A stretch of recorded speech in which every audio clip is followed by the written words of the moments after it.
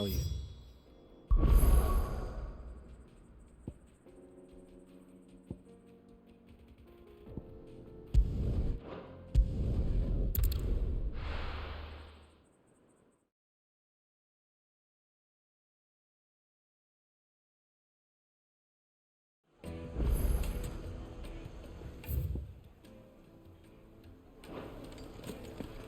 People take notice of wealthy men. Shouldn't be too hard to track down Karen's collector. A sniff, good Now, sir. Dusan, I know you're king, but do you have to use the force?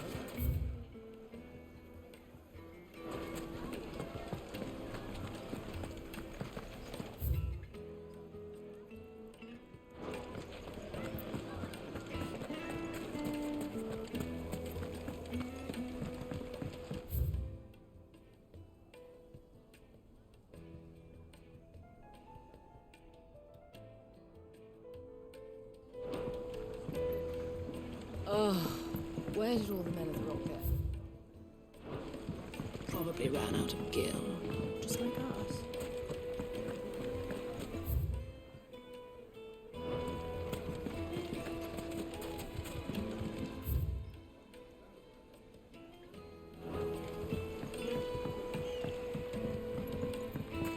Plates and pots! Holes and...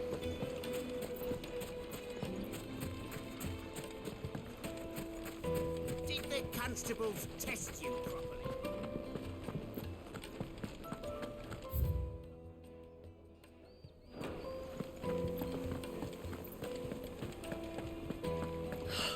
I need a drink.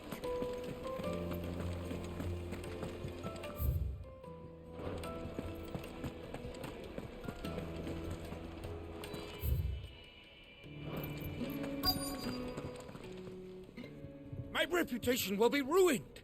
Ruined! Calm yourself, Lord Ignac, I beg of you, before you do yourself a mischief. Pardon the intrusion, but Out! Get out! I paid for these rooms so I wouldn't be disturbed. Leave me be! Please, allow me to apologize. His lordship is going through a difficult time, and he's never been fond of guests arriving unannounced. Radim! Get rid of the filthy oaf this instant! Very good, Lord Ignac. Would you mind stepping outside for a moment?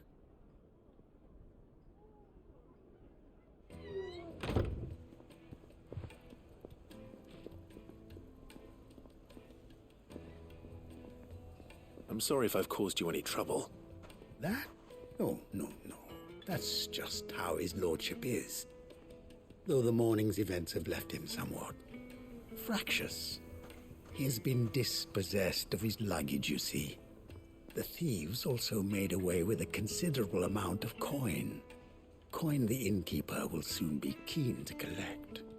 I don't suppose a certain blade was among the stolen items. A single-edged sword. It was purchased from a merchant friend of mine. Ah, you know Lady Karen. Yes, I'm afraid it was. Then I'll retrieve Lord Ignac's luggage. But I have one condition. You have but to state it. You are welcome to anything that is within my power to grant. I want an audience with Lord Ignac. A few minutes should be enough. Then I'll be on my way. A condition I would be a fool to refuse. Of course, you shall have your audience. I don't suppose you saw where the thieves went. I did not, no.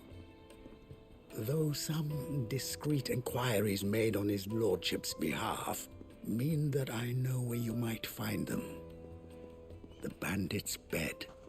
Every ill-gotten coin in Dalamal is said to pass through that disreputable corner of the Valcroy. And that's where I'm heading. I shall speak to Lord Ignac in your absence, and arrange for an audience upon your triumphant return. That will be very kind of you. Farewell, and best of luck.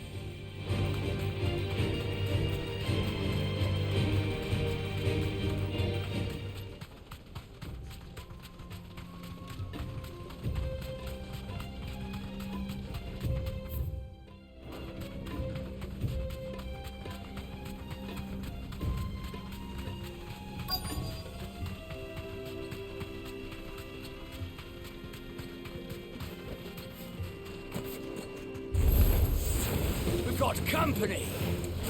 Come on, lads, let's tear the bastard's head off!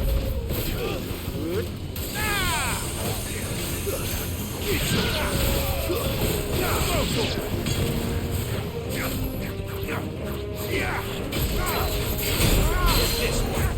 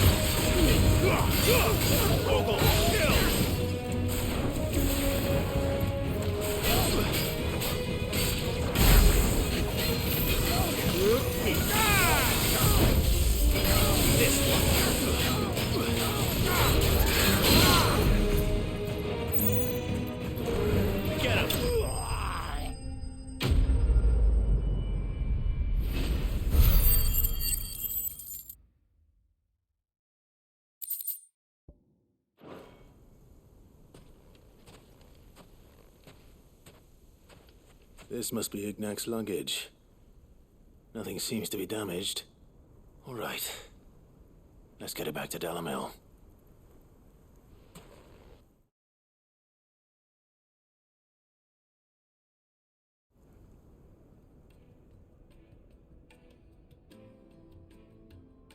I hear I have you to thank for the return of my effects. What shall I call you, my good man? Wyvern. Glad to make your acquaintance. A formidable name indeed. Well, Wyvern, I appear to be in your debt. Radim here tells me you wished for an audience. Is that all? A few moments of your time should suffice, yes. You're a peculiar fellow, Wyvern. All right, speak. Master Wyvern was wondering if you could tell him about a certain single-edged sword you recently acquired. Oh, a true work of art, that one. Karen drove me hard on the price, but I would have sold her Radim here to get my hands on that sword. It was made in the Outer Isles, far beyond the Twins, and is used exclusively by the practitioners of a unique school of swordsmanship. They believe no combat should ever exceed a single strike, and hone their blades to such perfection that none ever does. Each sword is made for that one perfect stroke, and for that stroke only. They crack upon a second blow. There's a brutal sort of beauty to it, really. But how do they hone such an edge? Fine question. Why, they use a whetstone, of course. Whetstones, rather. A whole array of them, ranging from the coarse to the fine. 10,000 licks with the sharpening stone, then 10,000 more. But it is the final stone which lends the blade its legendary sharpness. A mineral quite foreign to this great realm of ours. And that is the key. The secret ingredient. Wyvern, it occurs to me that my little lecture is hardly equal to services rendered. Take this, together with my regards. The very stone of which I spoke, far rarer among collectors than even the blade itself, and a far more fitting payment. Thank you. Pardon the intrusion, my lordship. However, it is long past time we prepared ourselves to depart. So it is.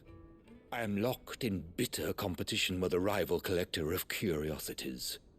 I am one step ahead of the unscrupulous scoundrel, but he is hard at my heels. Are there many other collectors out there? Too many to count, but only one do I consider my nemesis. Lord Byron Rosfield. and is a perennial thorn in my side. I can imagine. Farewell, Wyvern. May our paths cross again. Radim, we mustn't dawdle.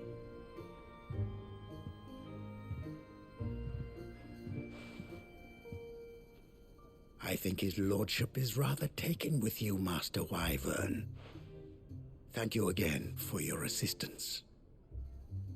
Coming, my lordship. I'll be right there.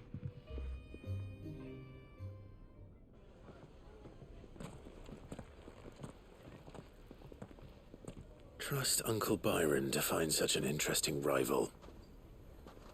Now, let's see what Blackthorn makes of this whetstone, shall we?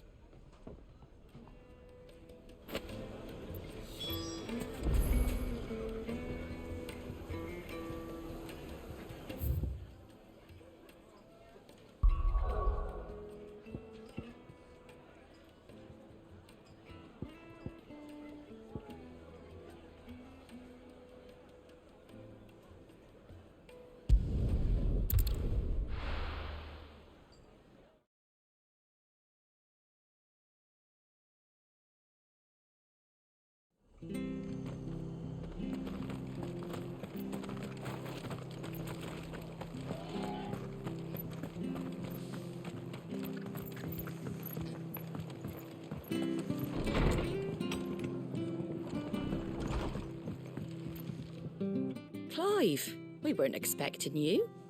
I wasn't expecting to be here, but it seems we still owe you a considerable amount of coin for your help with our rebuilding efforts. And though I doubt it's what you were expecting, we were hoping you'd take this as payment.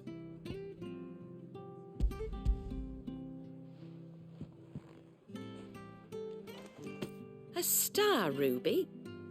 I can't accept this. It's worth at least twice what you owe me. More if you can find yourself the right buyer. Think of the difference as interest. Interest? If word got out I charged that much, no one would ever borrow from me again. Anyway, why are you the one here asking me about this? I'd have expected Otto. Bit much sending the Lord Marquis out to settle your debts, isn't it? The old goat working himself to death again. Something like that. Most days I think he's the only reason the hideaway's still standing. Same as always, eh?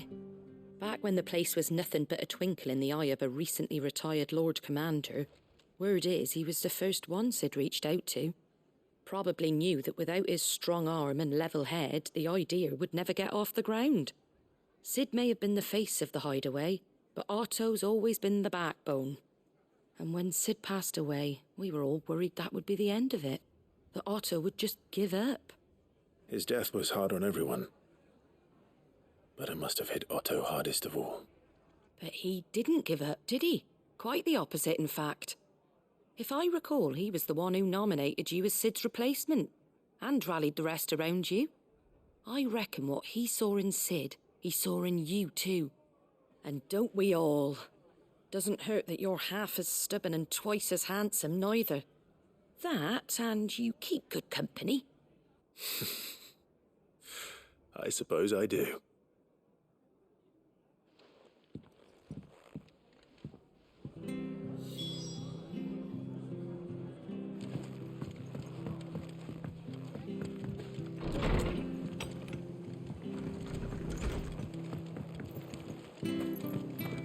Stay sharp.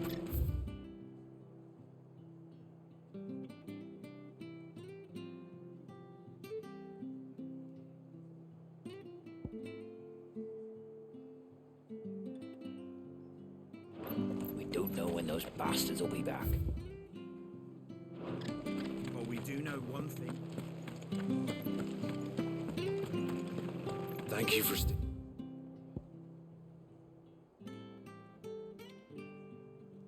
You're with us. Well, can't exactly live on.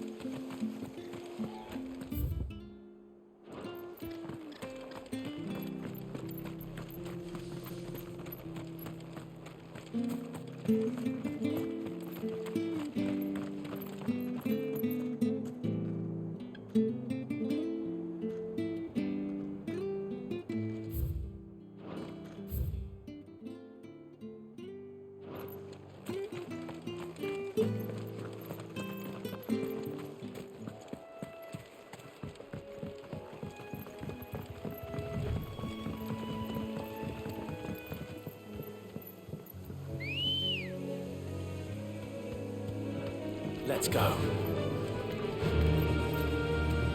Yeah!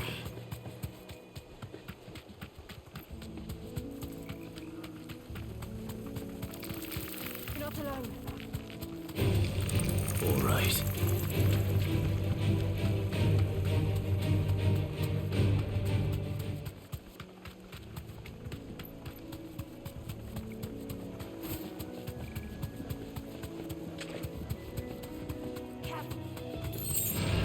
No holding back.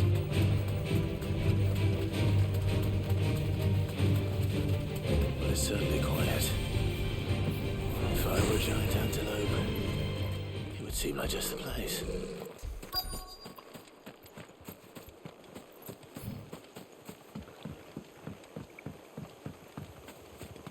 We're not alone.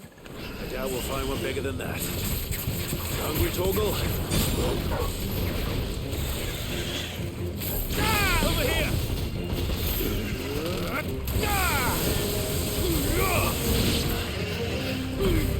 This one.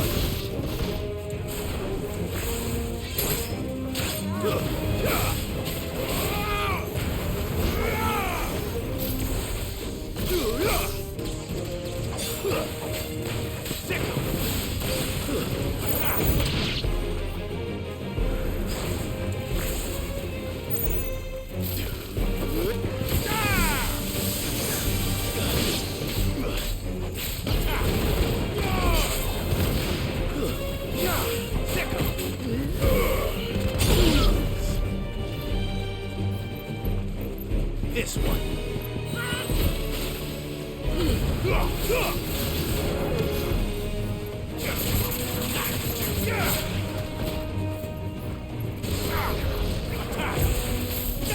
Over here!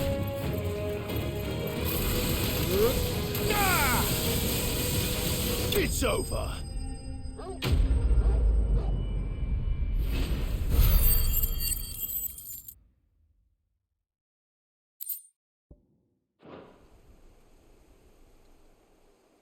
Now,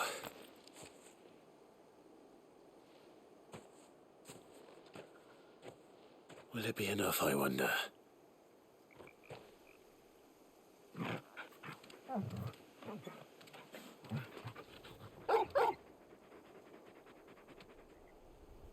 I say that answers my question, which means we owe the lawsmen our thanks.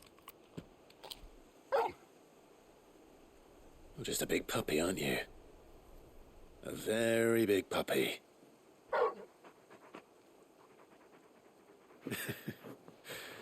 You do know you can take that with you, Torgal. Lady Karen will be relieved to hear you've got your appetite back. Come on, boy.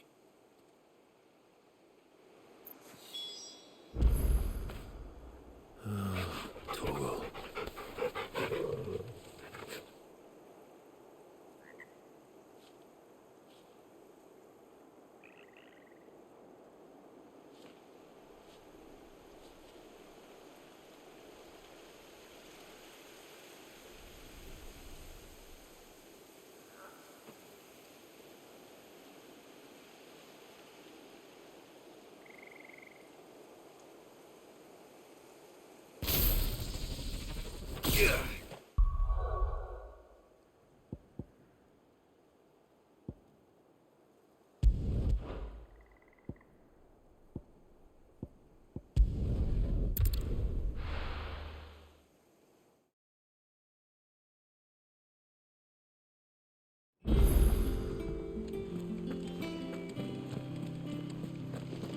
Is that the thing Tomes helped to do? Mid told me she was building a ship.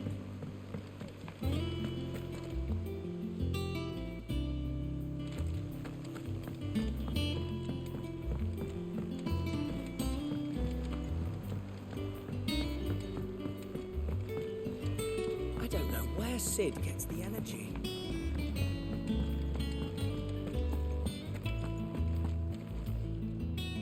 I noticed you and Torgal had gone off somewhere. Take him for a walk, did you? You could say that.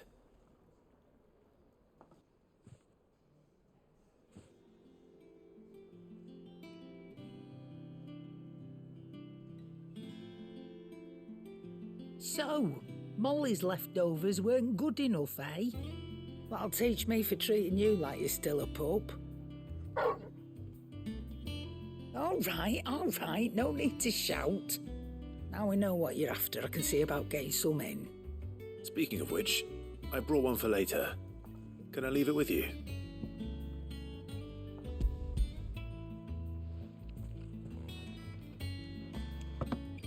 You can, aye. I'm nice like that. In return, you can thank Tomes for me. The bloody know-it-all.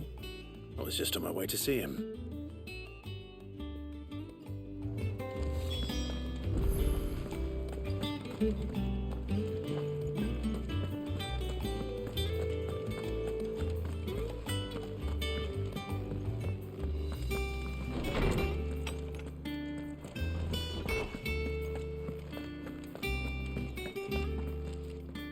Ah, Clive. Were you able to locate your quarry? We were indeed, Lawsman. You pointed us in exactly the right direction. And Torgal's been a very happy hound ever since. Very good, very good. Lady Karen sends her thanks, by the way, for your part in solving the mystery. Ah. But that reminds me. After your last visit, I found myself pondering Torgal's talents. Do you recall our conversation concerning Lady Jill's role in Torgal's transformation? About how she somehow woke the power within him. Precisely that. A reasonable conclusion, I thought, but one which raised certain questions in my mind. You see, the Fenrir of legend served Shiva and Shiva alone. And while the powers attributed to him are certainly impressive, the records imply they are somewhat different in nature to those you described Torgal as having used. What are you suggesting? That Torgal may be the beneficiary of more than one icon's power. Consider that in addition to Lady Jill, he has served as a loyal companion to you, your brother, and even the late Cid. In short, the icons hitherto near at hand, or should I say at paw, have been diverse and plenty, and that number has only grown as the realm's dominance have fallen to your sword. One can but speculate as to how all of this has affected Torgal. He has seemed more fierce of late. And if I am not mistaken, he will grow fiercer still. We are fortunate indeed to be able to count him amongst our allies and not our adversaries. Oh, he's more than an ally. He's a friend.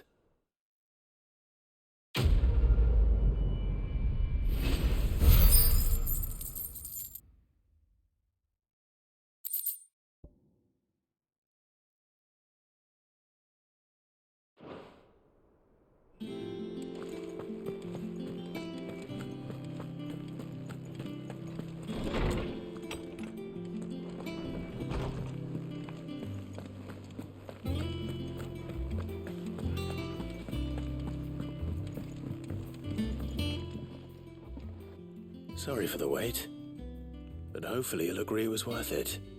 You learned something about that sword, then? I did better than that.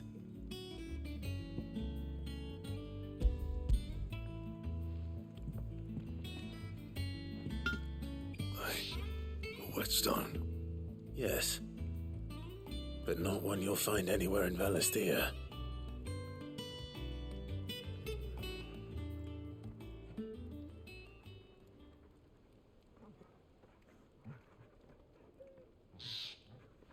No wonder I couldn't get the same finish on the grinding wheel.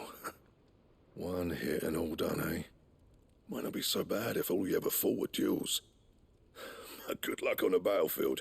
Your second opponent would be your last, no matter how good you were. Even so, is there some way it could be used to give the Cursebreakers an edge?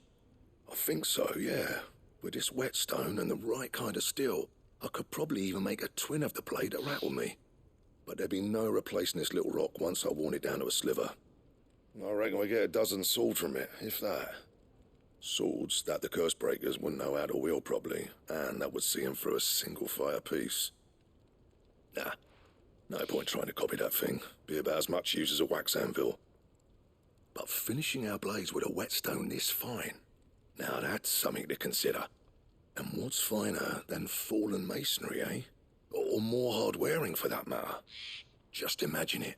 Good Valisthian steel with an edge as sharp as any found in the Outer Isles. I won't make a copy now. I'll make something much better. I'm sure the Curse Breakers will be delighted. Just don't push yourself too hard. Don't you worry about me, sunshine. I've been working day and night since I was half your age, and I'll still be here when you're long gone. Hey, thanks, Clive. I mean it. I owe you one, August too. It's good to know someone's looking out for me. You'll be happy to hear you said that. And I'll see that my debt to you's paid. First new blade I make's got your name on it. You come and find me when you've got the materials. All right. I will.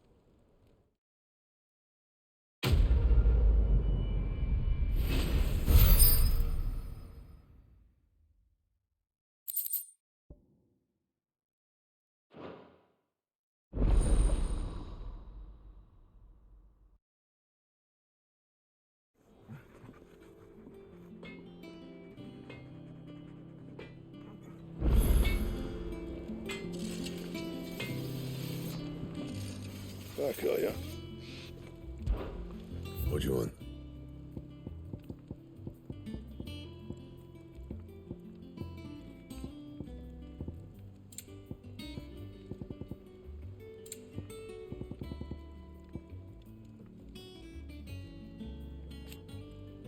Anything else?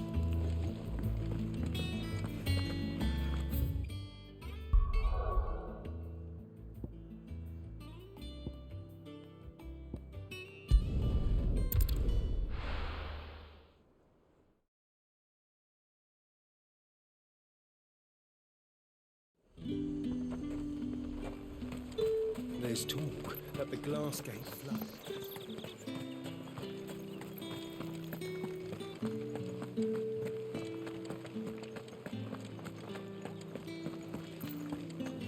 Did you hear? The gates to heaven. I want to see.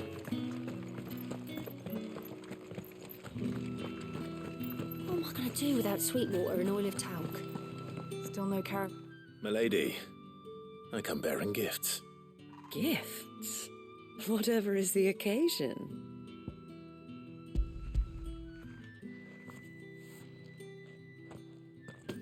Oh my. Clive, you really have outdone yourself. Otto asked me to give it to you. To settle the Hideaway's debt with the Veil. And to compensate you for the time it took us to do so. You disappoint me, Clive. I thought you might finally be warming to me. Tell Otto he can keep his baubles. I tried to tell him as much the first time around. The man owes me nothing, nor does the Hideaway. My contribution to the restoration effort was made freely and willingly. It was the least I could do. You once told me Sid did you a kindness. I'd like to do the same. Please, accept it. For my sake. And for Otto's. For all of us. For all you've done. It is rather fetching, isn't it? Very well. Otto is lucky to have you, Clive. I doubt anything could ever replace his son. But you and the others at the Hideaway are the closest thing he has to family. Otto had a son. Long ago, yes. Sid told me Otto lost him when he was just a boy, and blamed himself for not being able to stop it. I don't know how it happened, whether there was anything he could have done, but it was clear that it weighed heavily on him. I didn't know. How could you have? I doubt anyone did. Besides Sid, I've never met a man more keen to bear his sorrows in stoic silence. An ill habit, given that both have always been surrounded by friends desperate to help them. I'm beginning to see that.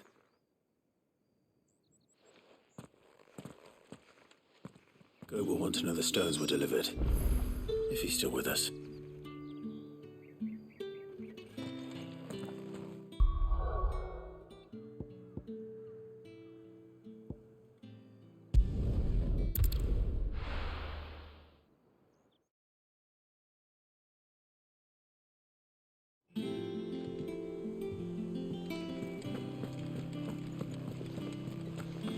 Is that the thing Tomes helped to build? Mid told me she was building a ship.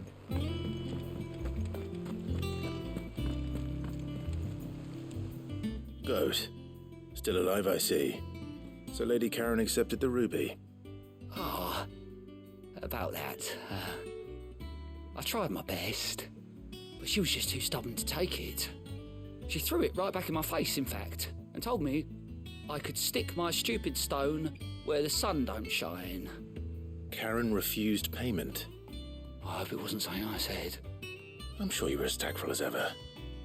Let me see what I can do. Oh, wonderful. I hope you have better luck than I did.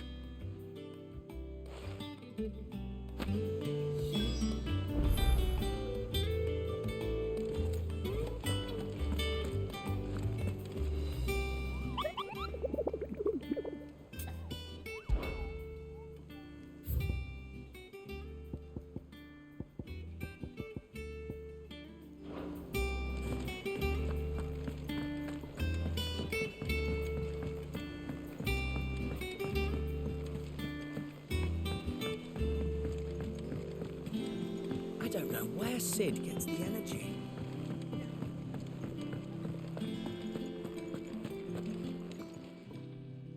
Lady Karen, Goat tells me you weren't happy with our offer. Would you prefer the debt was repaid in coin? What debt? I don't recall lending any of you lot me hard-earned gil. I may have tossed a talent or two in the Hideaway's coffers, but those were donations, and you can hardly call it charity if you go asking for it back. Of course not. But one good turn deserves another. And our circumstances have changed. Surely you wouldn't shun the gratitude of a pauper who happened to have become a prince.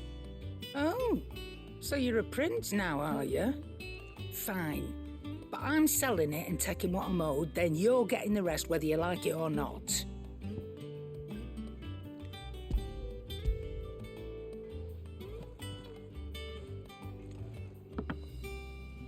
Where'd you even get this? A decent trader might nab 1,000 talents for a star ruby. A canny one, meanwhile, might claim it were nicked from the belt of Sid the Outlaw himself and ask twice as much.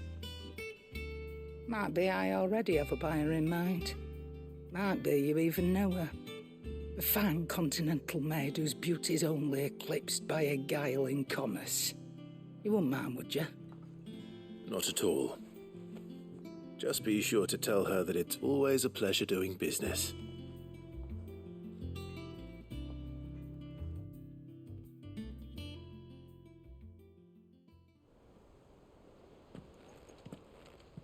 I hear you ended up delivering all 3 stones. Thanks to this lump. I sometimes wonder what I pay you for. Speaking of which,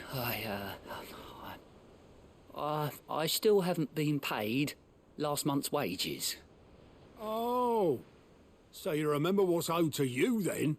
Get your ass behind that disc of yours and don't get up before those ledgers are square. Right away.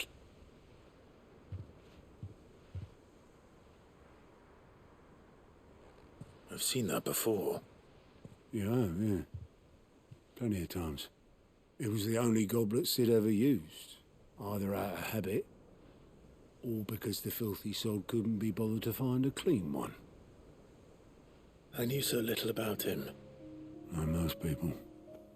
Martha and the Dame both seem to have fond memories of him. I bet they do. How long did you know Sid before he... Before he died. 20 summers, give or take. Back in the day, I was a purser on a trade ship, which is where I met him. He bought passage to... oh, forget where.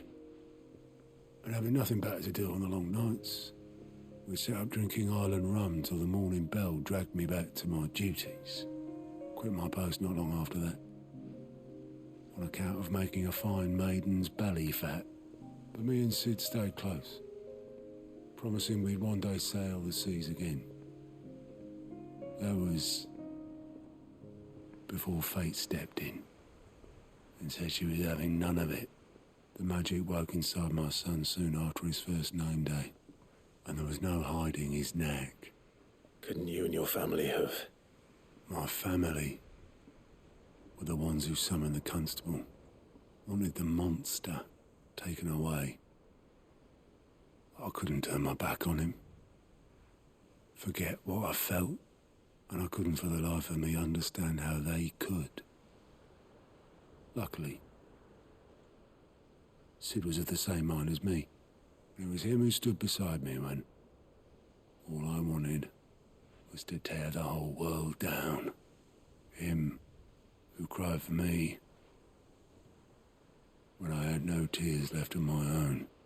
Him who swore he'd do everything he could to stop it from happening again. And he was true to his word, too. Left the Royal Army once and for all.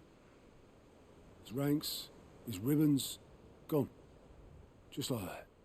Threw away everything he had. All to right a wrong that no one else had the courage to face. I knew then I'd follow that man to the ends of the earth.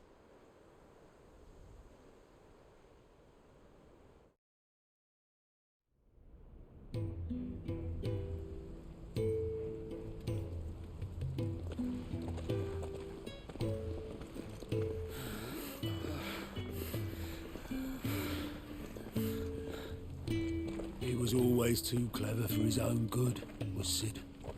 Saw the world for what it really was, while the rest of us were content to go along with the lie we were shown. And it can't have been easy, bearing that burden alone.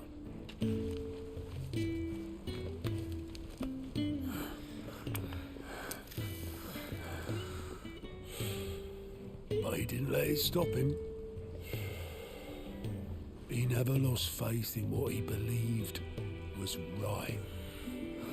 And that gave us faith in him. Faith he'd steer us true. So I swore to myself that I'd always be right behind him, ready to catch the stubborn sod, if ever he should fall.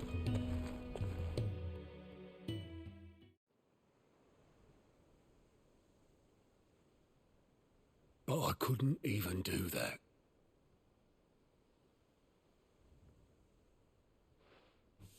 Ignore me. Just the ramblings of a tired old man. Leave that lot. I'll tidy it up in a bit.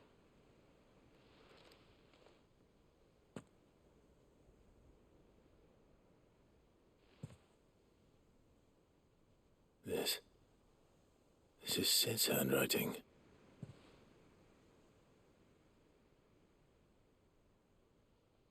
Dear Otto. I may be drunk, but I wanted you to know this place would be fucked without you. Love you, you grumpy old sod.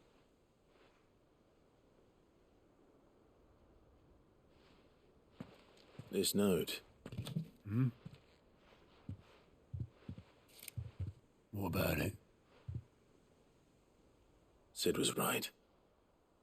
Without you, we'd all be lost.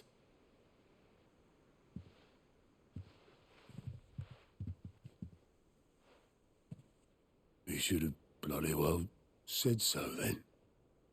Just once. Before he went. But then, why would he? Him, or anyone? I'd only have told him to piss off.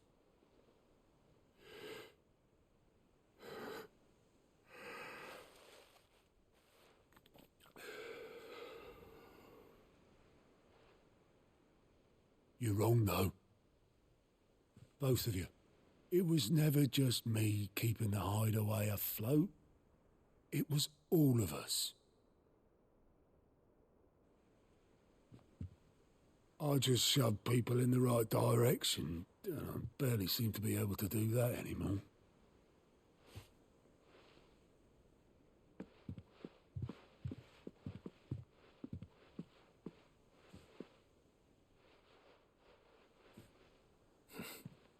Would you rather Goat were at the helm? Well, maybe I've got a few more years left in me. I'm going to hold you to that, Otto. Before you go, Sid would have wanted you to have this. But that's... This'll do me just fine.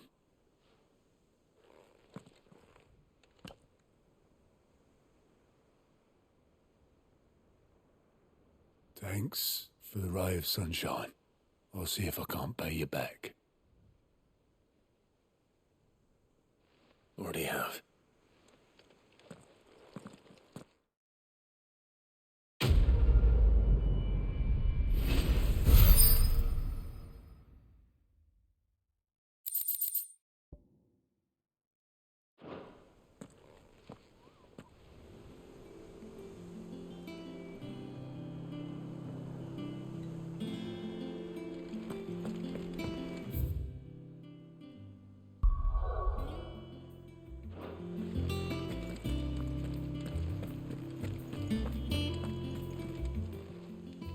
How are you doing?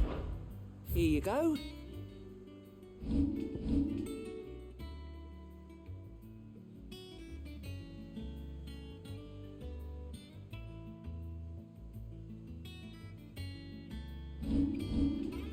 Always something, isn't there?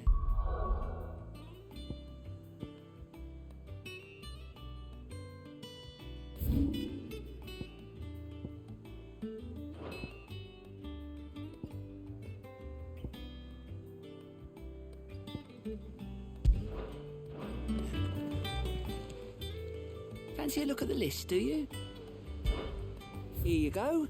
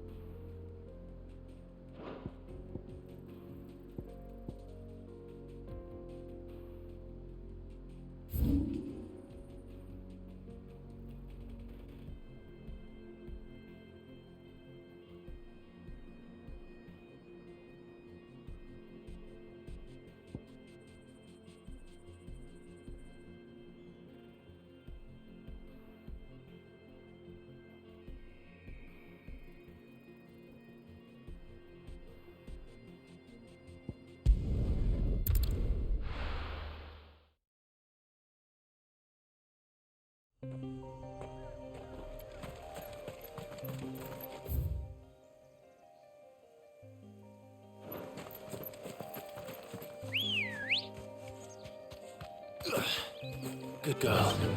Run like the wind.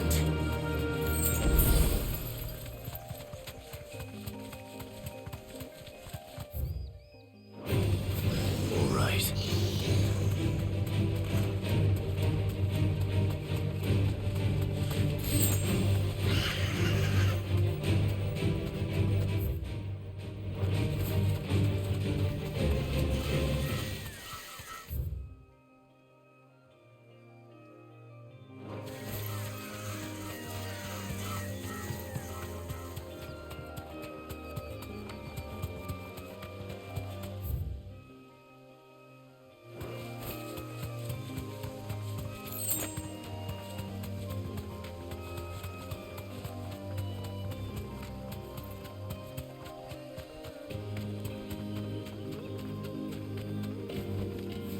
No need to ride from here.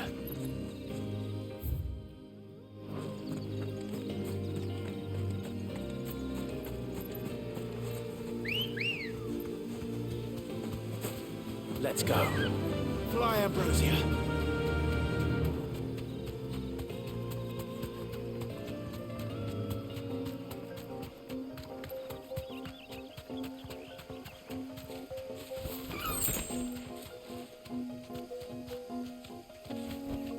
That'll do, girl.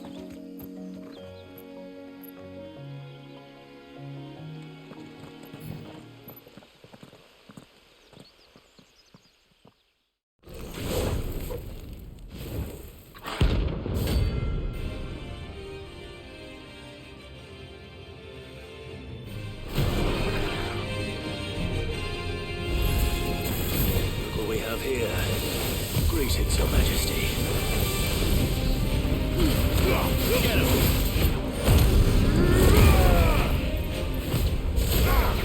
This one!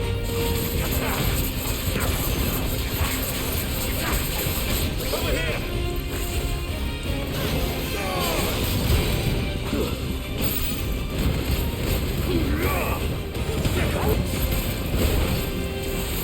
Over here!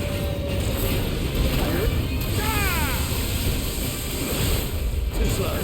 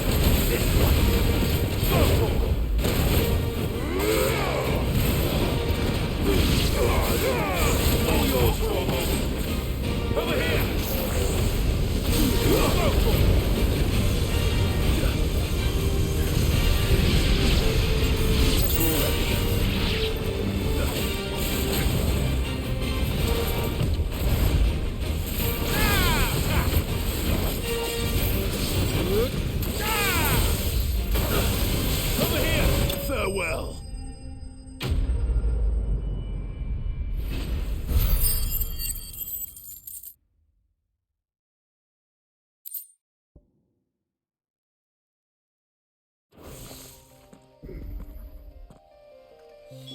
Your reign is over. Now to collect the ash. This looks like the stuff. Let's see if there's any more.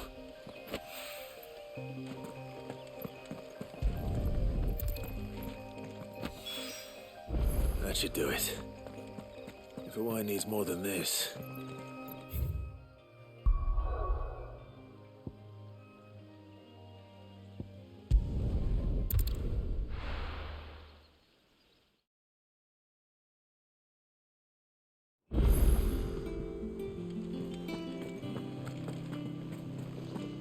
Is that the thing Tomes helped to build? Ned told me she was building a ship.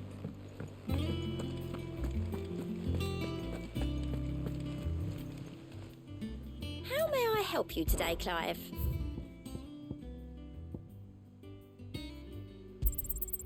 Here you are. Come again. I may have more for you.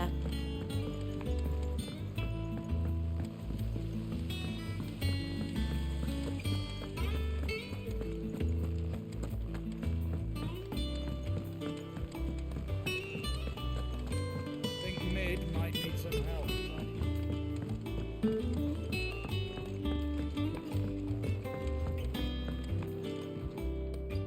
All right there, Sid?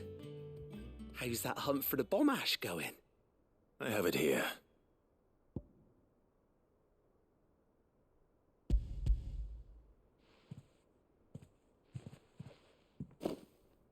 That's the stuff. And plenty of it, too. Enough to keep the Alembic bubbling away for a good old while. You're a gent, Sid. Let nothing say otherwise. Right then, let's get this contraption up and running.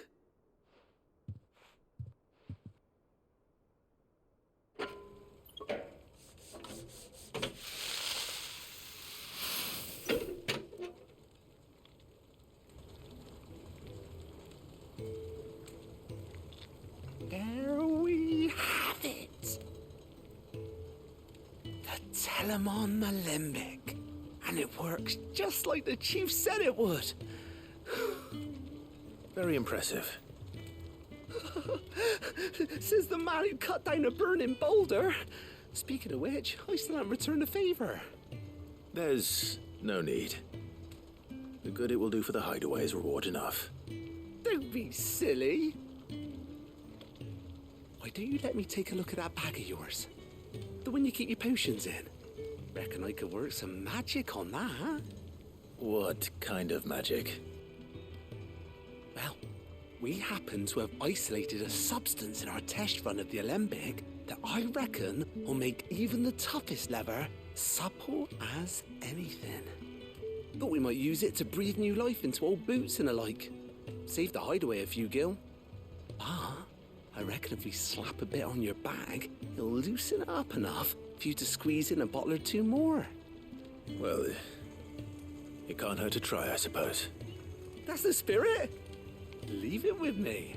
I'll only be a mo.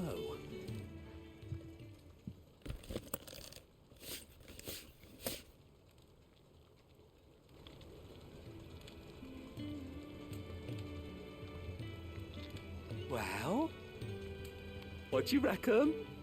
It certainly feels more flexible. Right? Told you. Thank you. I think. No. Thank you for supporting Mid and the rest of us in our endeavors. Without you, we'd never have been able to discover wonders like that stuff I rubbed on your bag.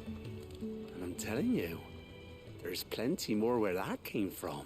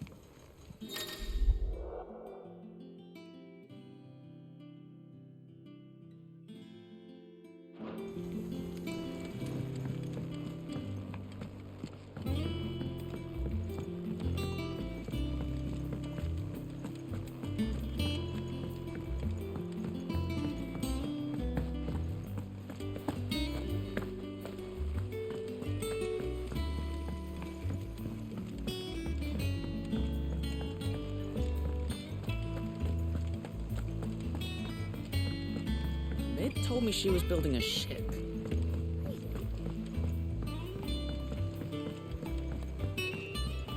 I don't know where Sid gets the energy.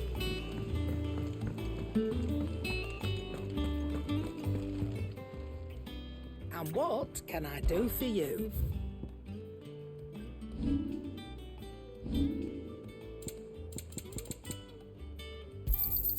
It'd better all be here. You'll not find a better price than that. You're rubbing me blind, you know.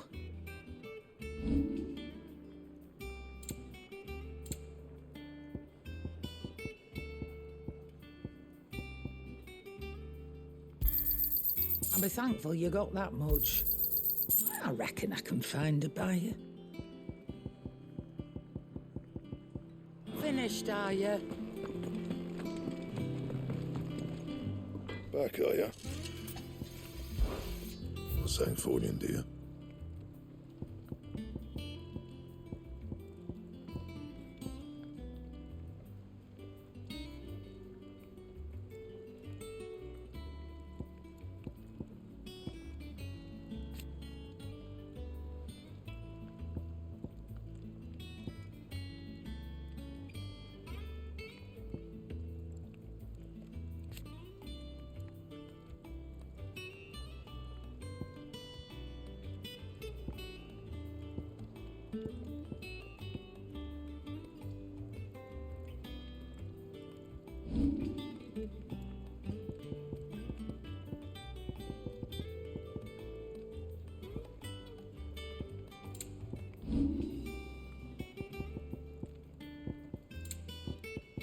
And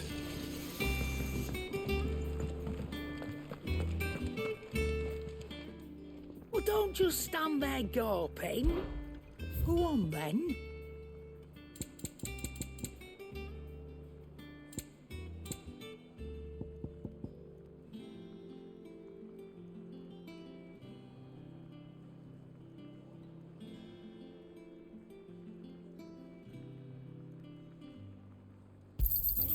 It'd better all be here. Clive. So, will it be?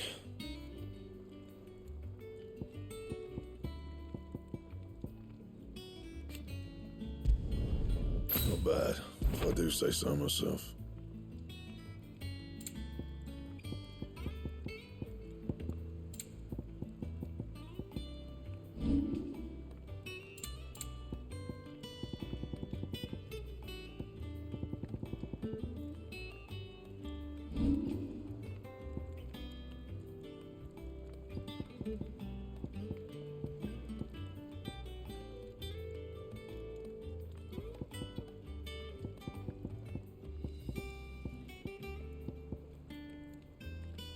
That it? Fuck.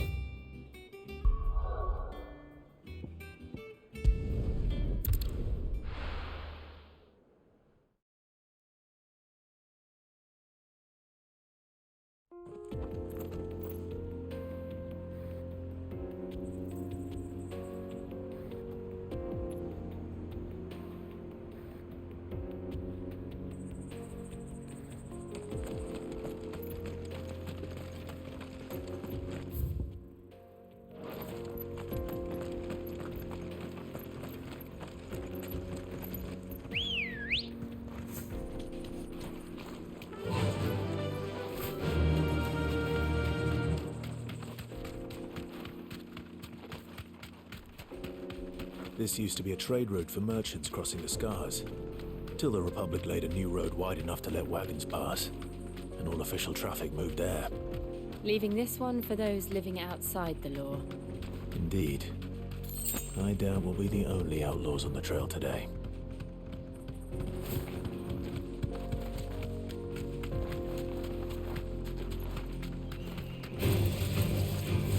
Safe. This way. Slow. Over here! Well. Rotor! Over here!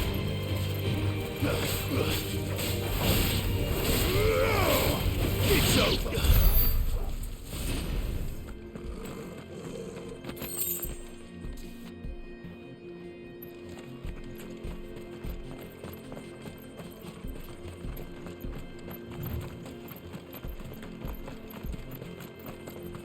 So what do you think? That we'd be lucky to... Really? It's as bad as that? Oh, aye. There's trouble up ahead. And too much of it for us to handle. I take it there's danger on the road. Oh, what about this fearsome-looking fellow?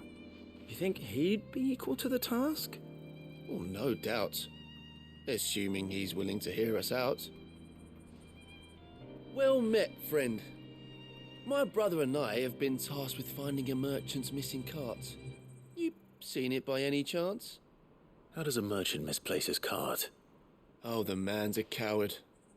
When he thought goblins might come a-snarling, he ran, leaving his livelihood abandoned in the pass.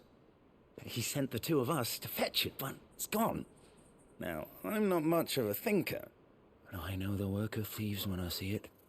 My brother's right on all accounts. And by my estimation, the bastards are lying in wait just down the road. We may have seen our share of action, true, but we've not got the skill in arms to boldly brave an ambush.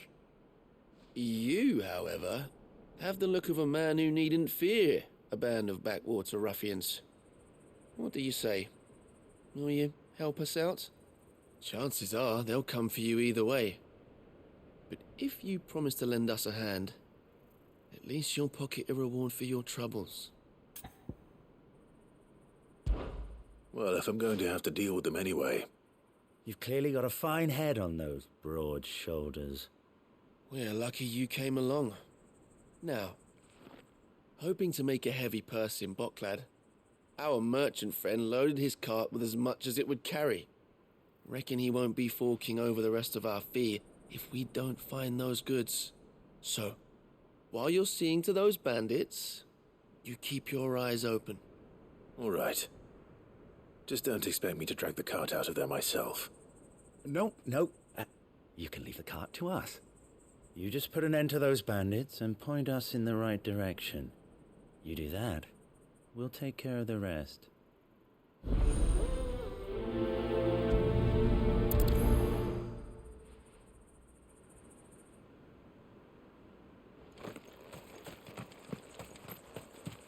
I'm not sure I trust those two.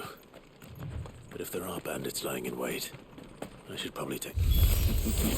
Look lively, you lot! We've got guests. These must be our bandits.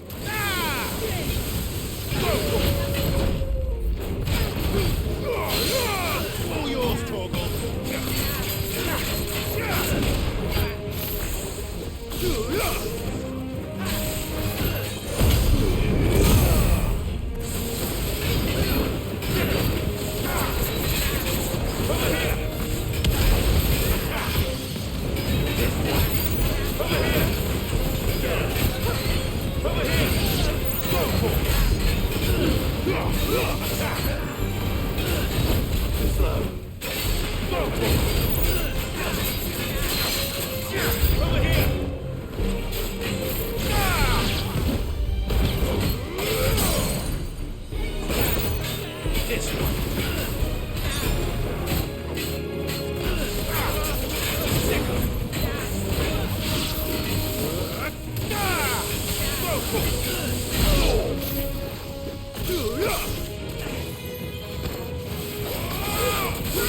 This one.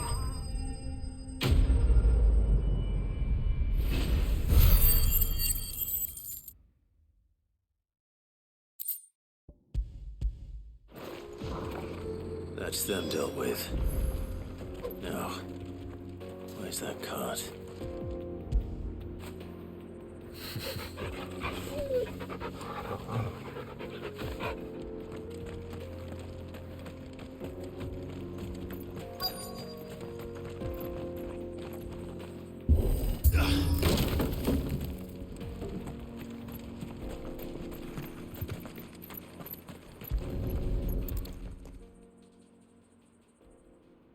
Getting all of this out of here will be a nightmare. Seems we've found ourselves the right man for the job, wouldn't you say? Found the cart and didn't leave a single bastard breathing. Our merchant friend will be delighted. And how exactly will he be getting his goods out of here? You leave that to us. After all, it'd be wrong to make such a fine warrior haul cabbages to market. You've done your part. And that's all you need to worry about. Here.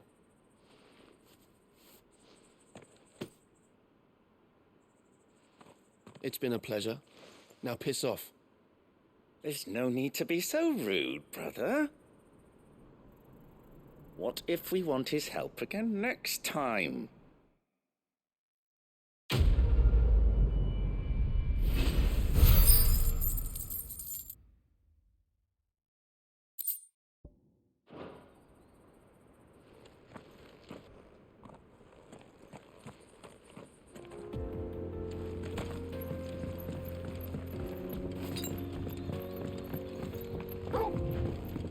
I see the Dalmex lag behind Rosaria when it comes to bridge building. The fallen ruin should hold, at least. The path continues on the other side.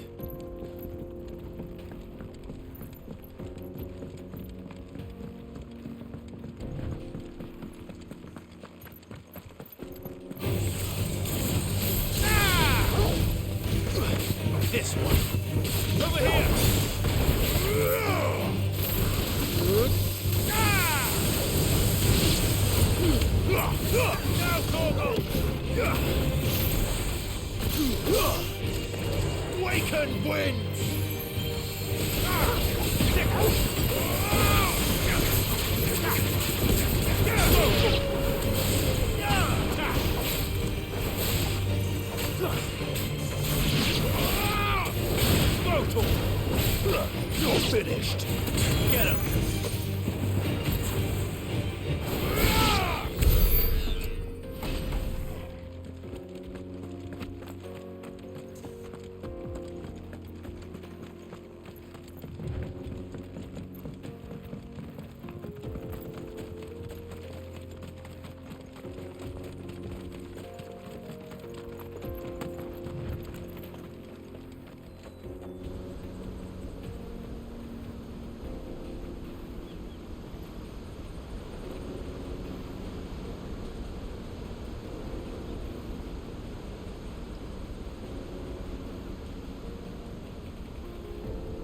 So this is Zemeckis.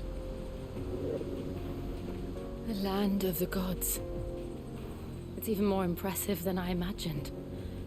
I remember being captivated by the story as a child. Long, long ago, man was overcome by avarice and challenged the gods in a bid to win their power. The final battle took place here, at these falls. Or so the legend goes. If anyone ever manages to plumb those depths, perhaps we'll learn if there's any truth to the tale. That the gods emerged victorious and punished man for his defiance by visiting upon him 2 curses. Dominance and bearers. To tell the truth, I always thought it strange that the dominant and their icons were deemed a curse.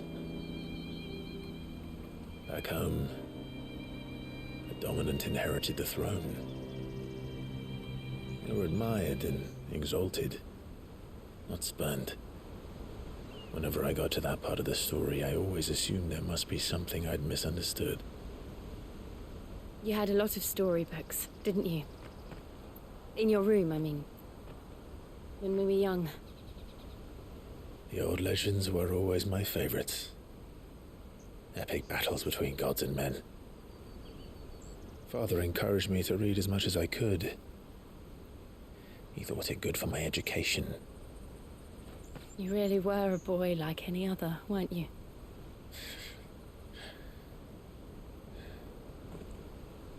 Just look at this place. It's enough to make you believe the legends are true. I know.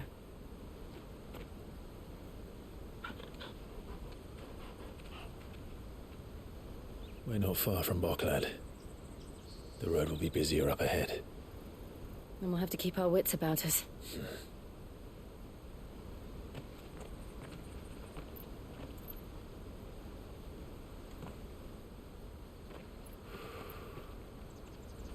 Clive? Something wrong? Nothing. It's nothing.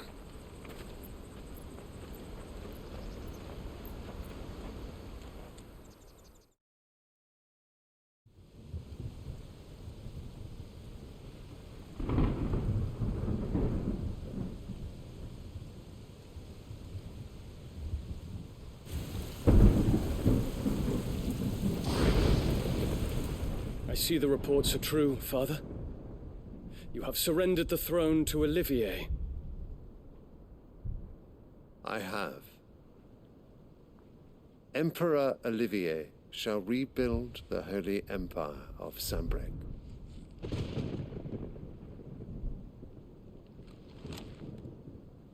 How is he to rule an empire?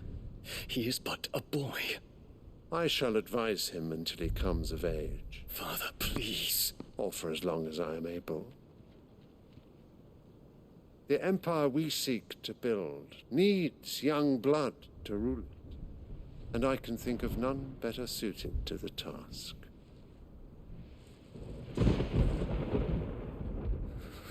There is other news, Dion. Hugo Kupka is dead, and Drake's Fang destroyed.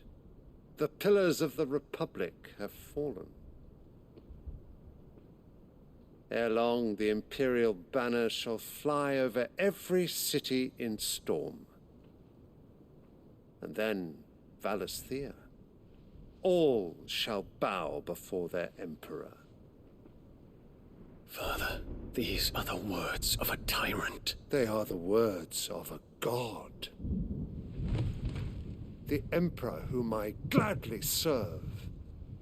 Great Greagor, made flesh.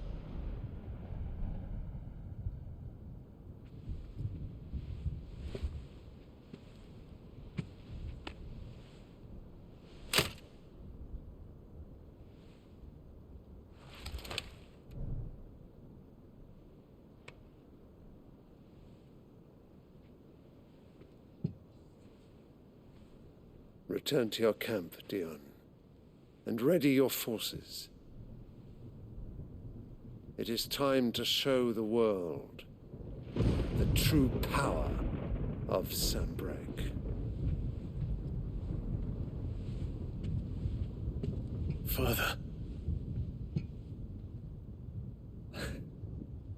I find you much changed.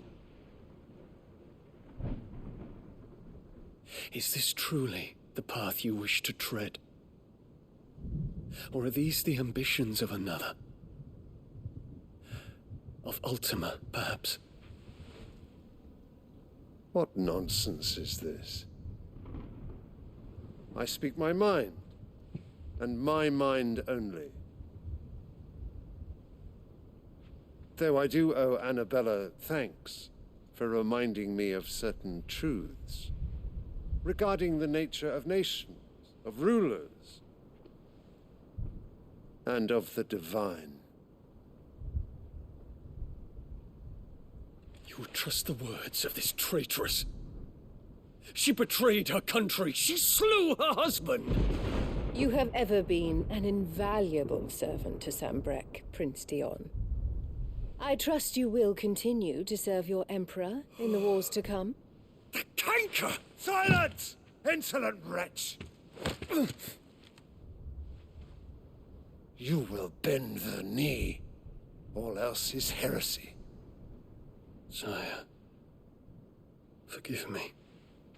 This audience is over. Come, your radiance. The Rowena Syndicate awaits your pleasure.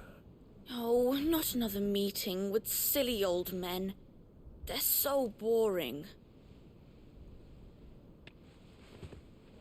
I'm hungry, Father. Can't we have luncheon instead?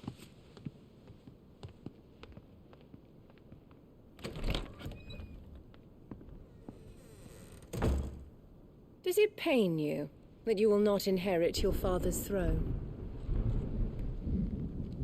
I have suffered worse.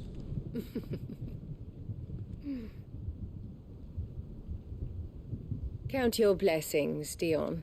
For a base-born child to be chosen by Bahamut is miracle enough. You have risen high on his wings, but you shall rise no higher, lest your impure blood stain the throne. What do you know of my blood?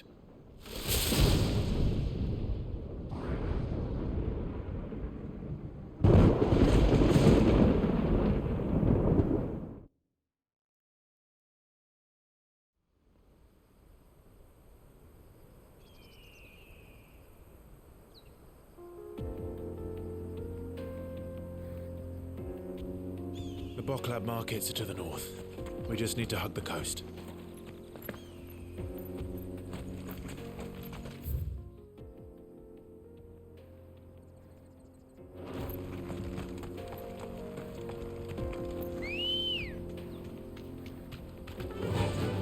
Fly, Ambrosia! Infiltrating the Dominion won't be easy with the Imperials on high alert. No. His Radiance has lost one capital already. We can be sure Sylvester will do everything in his power to hold on to Dreadside. His troops are well trained and increasingly battle-hardened. But it's not as if we can wait for this strength.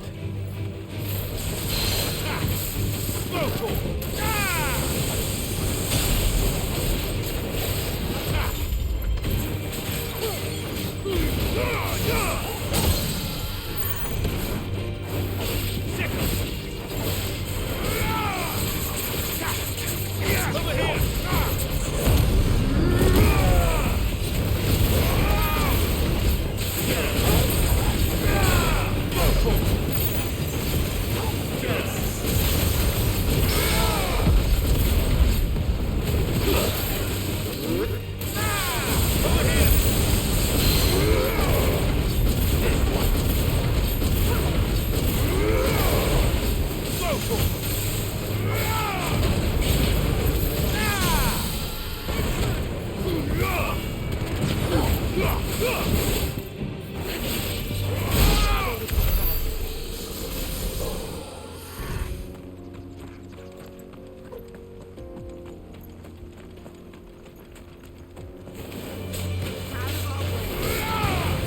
Get him!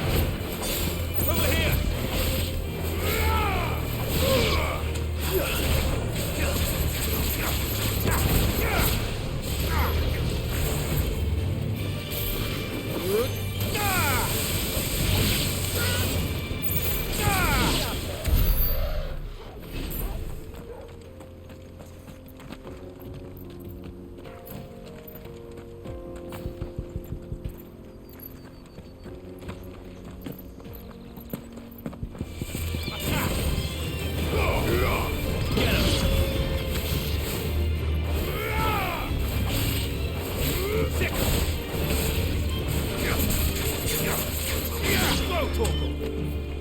Over here!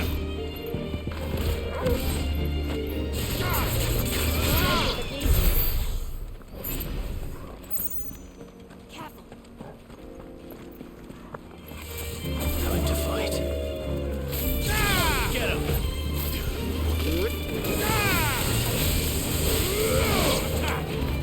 Throw Torgal!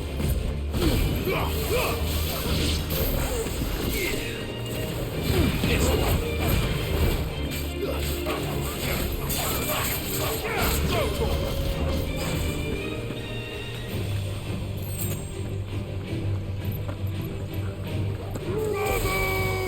Get him! This one!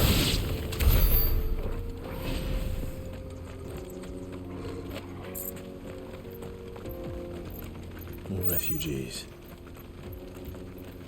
And they're all making for the Crystalline Dominion. Because they don't know how to live without the crystal's blessing.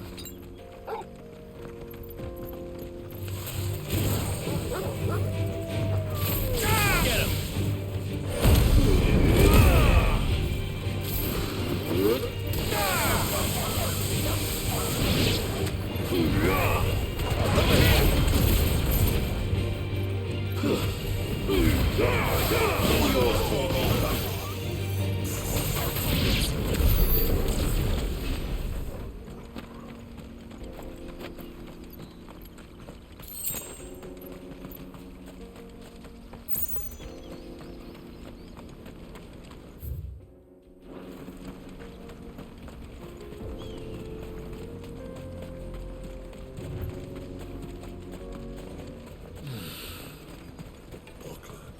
There are no crystals here.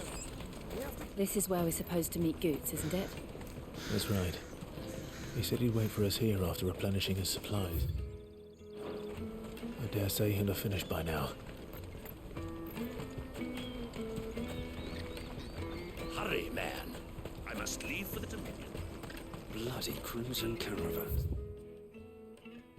Scooping up all the best customers. What are you looking for?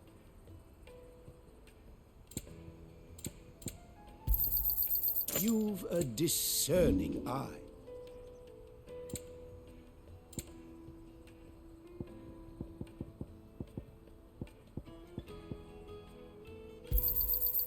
Thank you.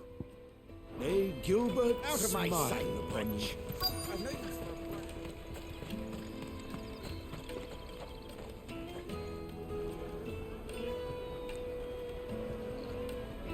Wonders from across the water. Come one, come all. Feast your eyes. Good sir, can I interest you in...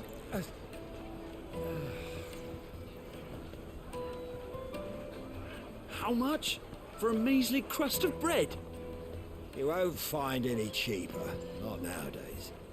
But you're more than welcome to look.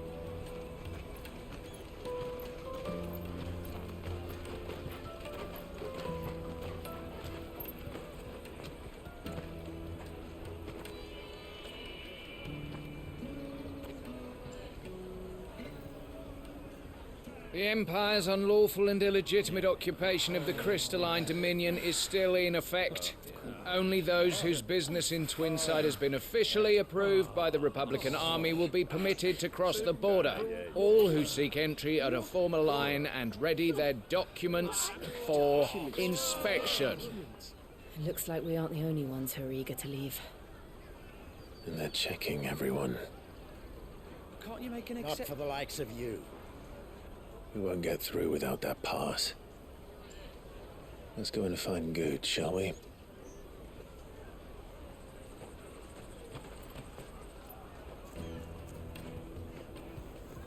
He must be around here somewhere. Come, taste my peaches!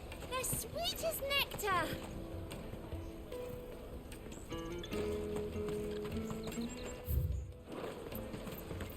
I'll take the large one. Ah, Good. There you are. Clive, I'm so sorry. Don't tell Nan, will you? Slow down, Good. Just tell us what happened. It's me trader's pass. It's gone. We cannot ride the caravan without it. We won't even be able to get through the flipping checkpoint.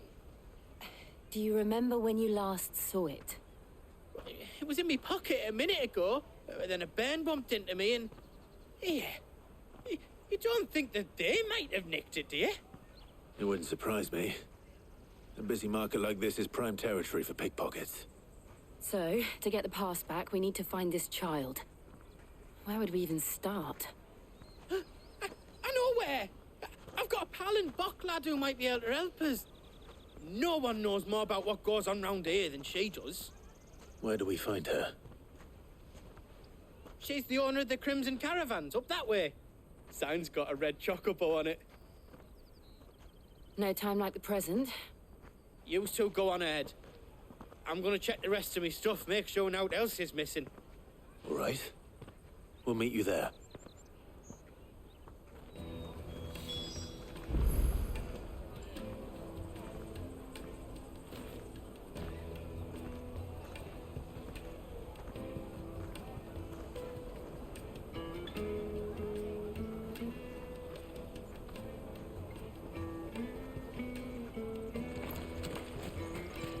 Let's keep an eye out for this red chocobo, then.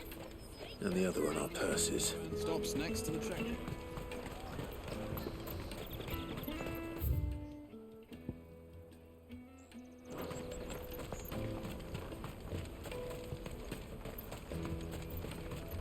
Peaches and pears.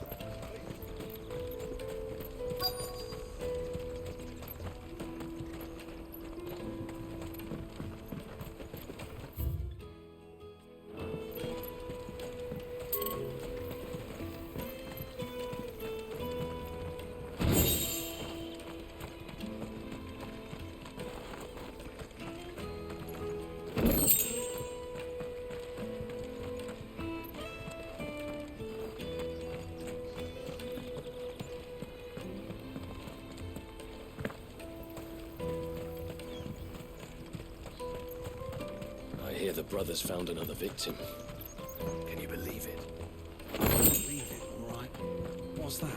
The third this month?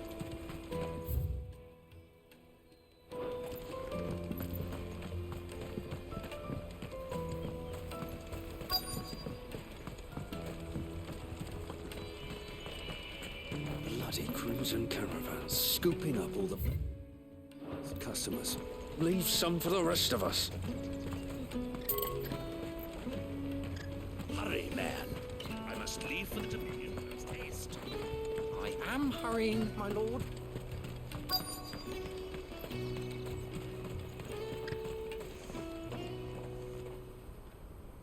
Looking to hire a coach? It's 10 million for a two-birder to the Crystalline Dominion. Take it or leave it. Oh, we're not here for that. Then I bid you good day. Oh, wait! Don't go, El. He's me mate. As I live and breathe. Goots, what are you doing back in Bocklad?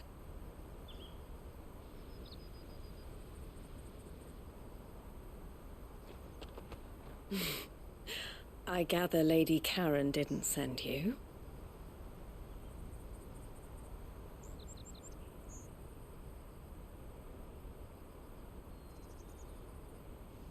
So what trouble have you got yourself into this time? It's me trader's pass. It got stolen. By a little bairn. Of all the... You're the size of a marble. Honestly. Ugh. Goots told us that you know the markets well. Might you have an idea which Little Bayan could have done this? We don't intend to punish them. We just need our pass back. Then, we can be on our way. I see. So neither of you has a trader's pass either. Not that anyone would take you for traders, but I suppose that's why you came to me, correct? Now, I can't say for sure who took your pass, but I suspect I know why they did it. Let me explain.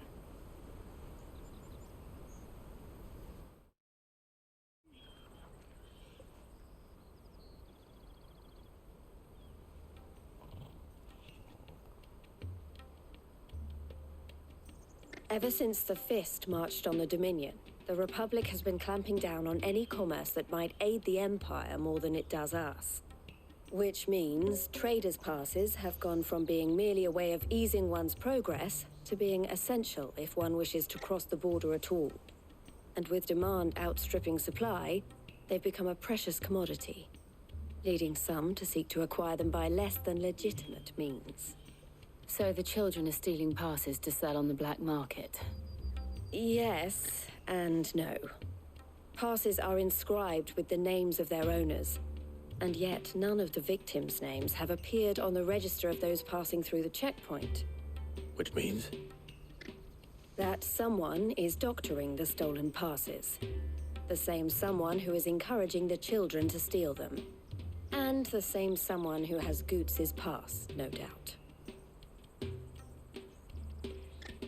Whoever they are, they're ruining the livelihoods of honest merchants, which is why we've decided to take a stand. Will you stand with us? You want to get your pass back, and we want to ensure that no more are stolen.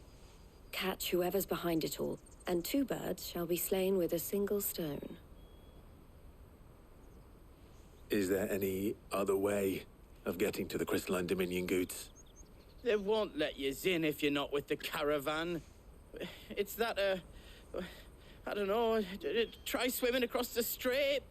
But the guards will definitely spot you if you try and do that. Like, we don't want to get spotted, right? So either we find the people who took the pass, or give up all hope of entering the Dominion. All right. We'll help. Thank you kindly. But I don't know your name. Eloise at your service. Clive. A pleasure doing business with you, Clive.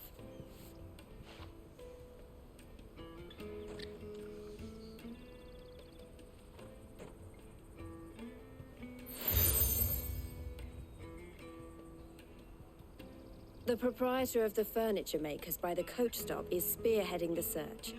Wear that, and he will know you for a friend. I suggest that you speak with him first. The furniture makers.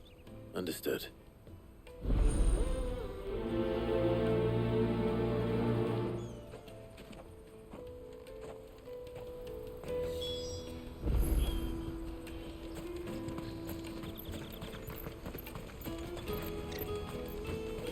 Out of my sight, wretch.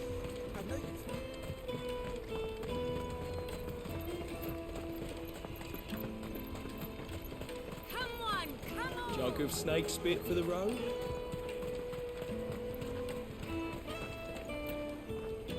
Are you the furniture maker? Looking for something in particular? Ah, Eloise collared you too, eh? Then I expect you want to know more. She told me you were leading the hunt for the pickpockets.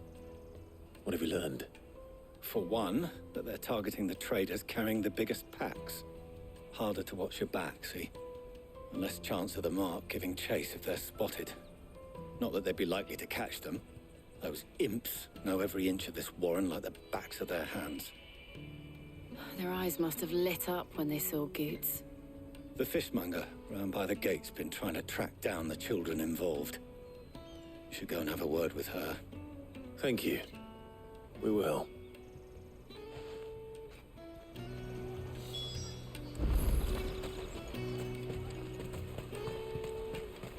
You won't find anything of this quality in Twinside.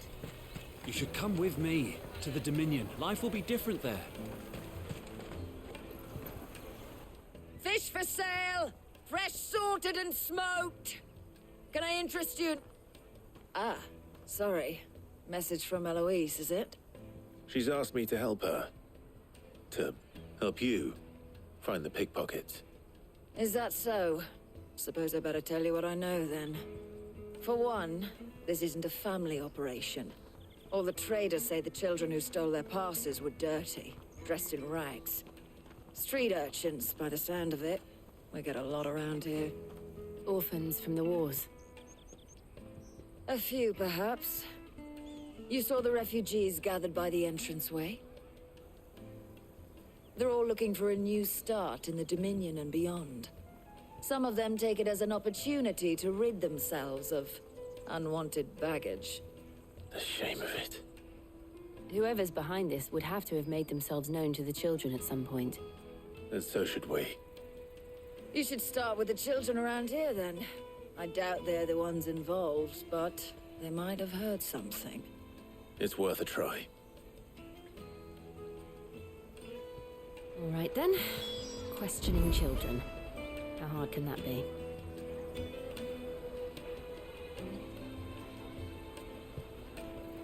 You should come with me to the Dominion. Life will be different there.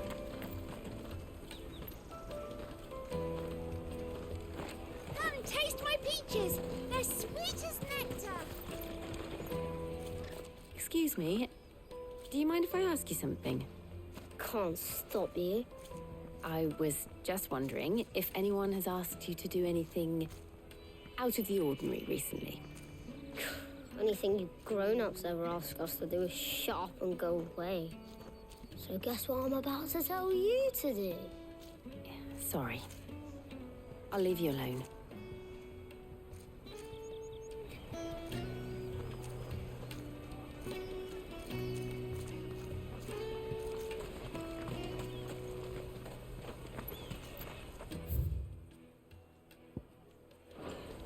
Come and taste my peaches.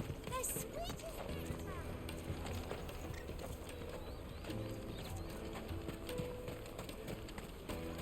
You won't find anything of this quality in Twinson.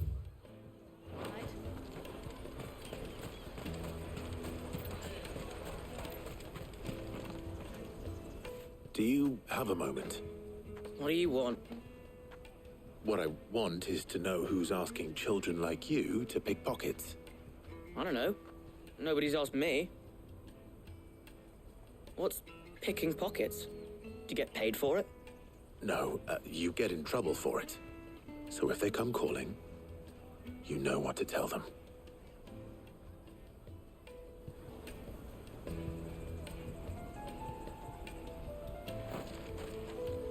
The caravan stops next to the checkpoint.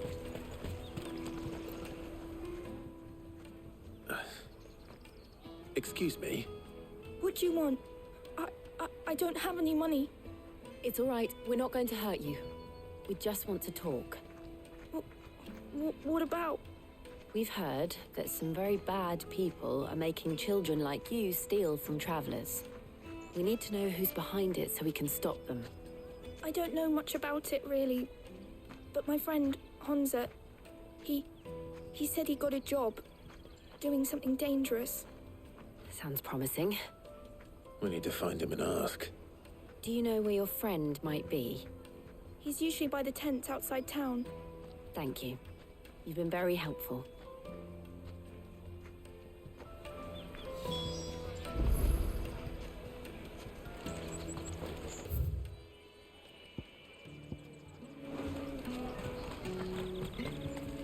Come on, come on!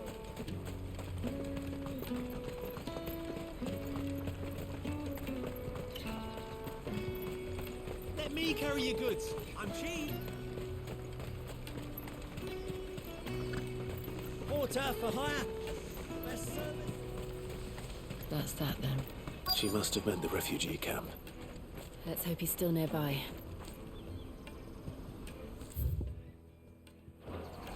Daddy, I'm hungry.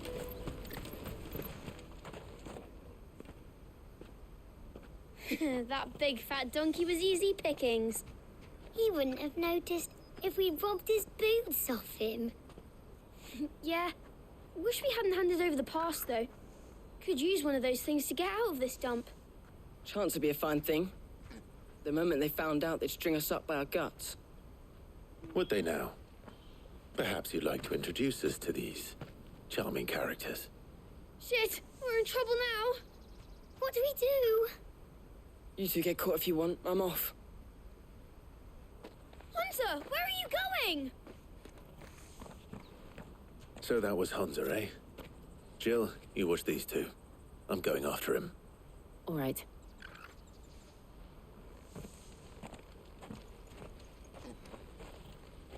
He can't have gone far. I need to find him before his employers do.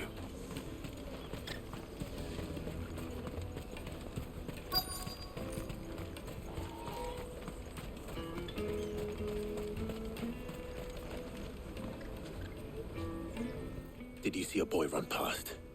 He stole something from a friend of mine. There was a boy ran back there towards the Chocobo pen, but... Thank you.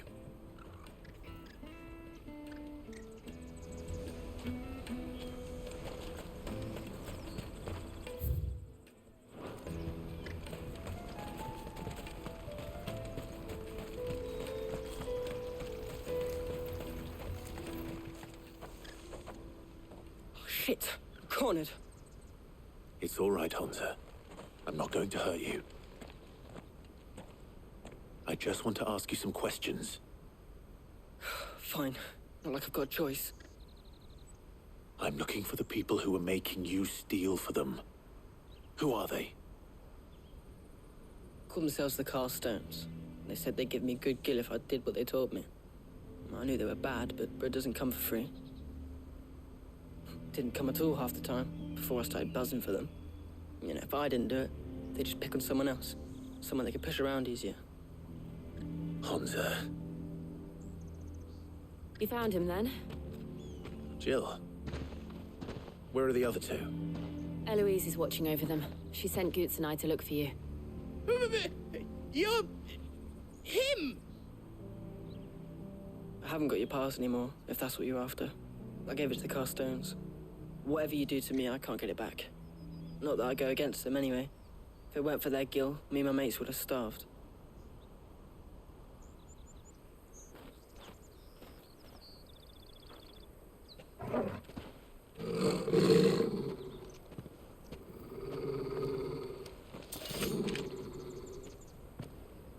Cowards. You will not force another child to do your bidding. Wait, we're not... Don't hurt him.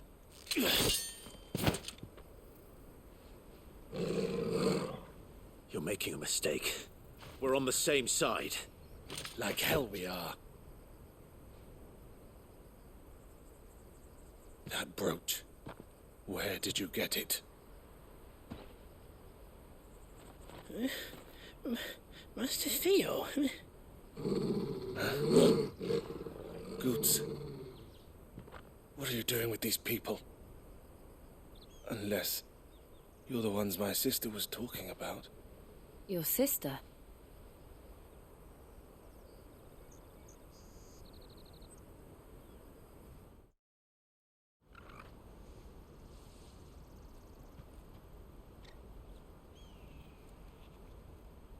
Eloise didn't tell us she had a brother.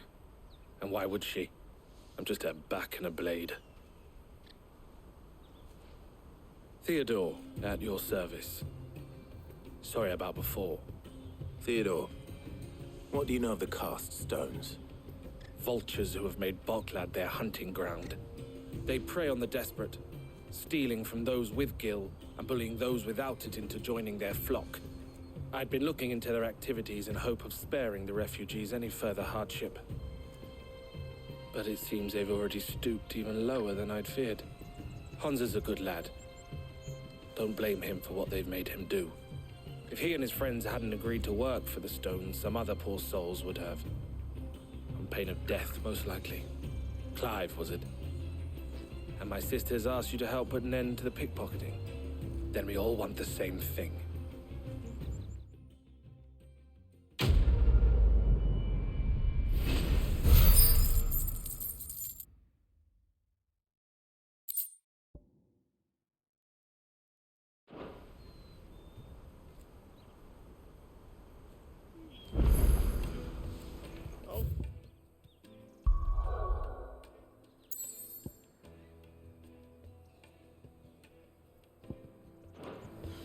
Where is it? So, what's the plan? What else? We find the cast stones and we crush them. You get your trader's pass back, and I make Boklad a safe place again. All right then. All right then. Honza, where are they camped? Don't worry. They'll never know you told us. Couldn't if I wanted to. They always come to town to collect the passes. Meet us outside the gate. I tried following them once, but they spotted me halfway down the trail. Said they'd string me up. We'll try it this time. Which way were they going? Back down the road towards Leitney's Cleft. To Leitney's Cleft, then.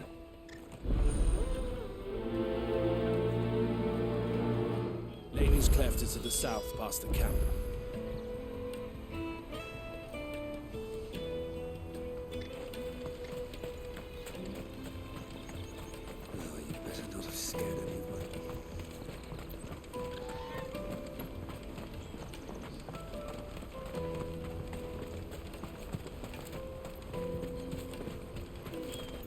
Daddy!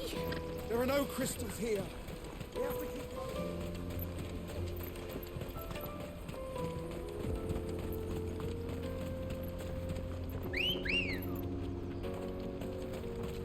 Come on. Faster!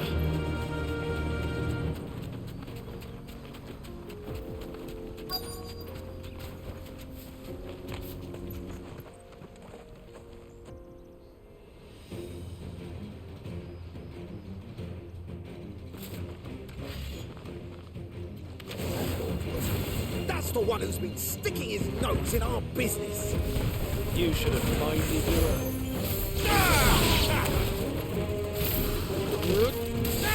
Go for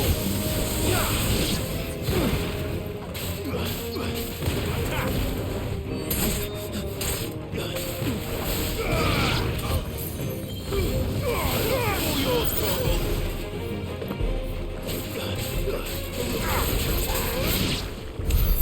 I doubt these were the ringleaders.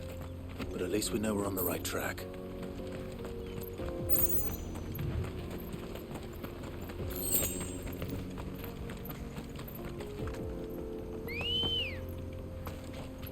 Good girl.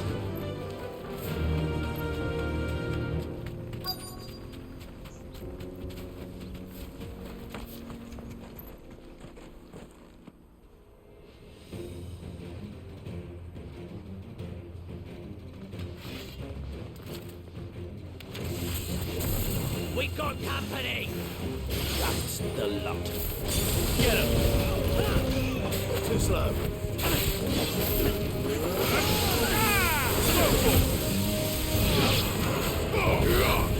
Get him! Nice try.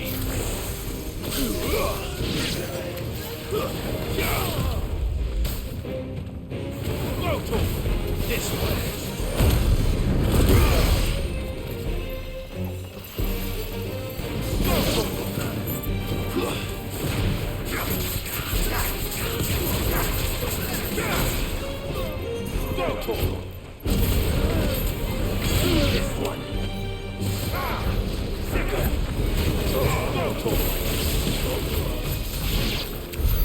More foot soldiers. Fewer now.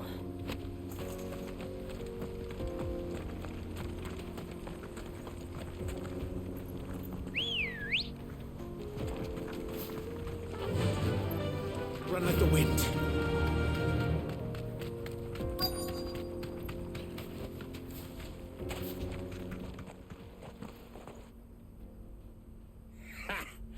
Not a bad haul today, eh? Aye. Some of our new recruits are natural-born ne'er-do-wells. Especially the little ones. That Hans has got nimble fingers, all right. It will be a shame when they chop him off. But till then, let's make the most of it. Scum. The leaders of the cast stones, I take it. They don't deserve any mercy, Clive. I wasn't planning on showing them any. We're ready when you are, Theodore. Oh, I'm ready.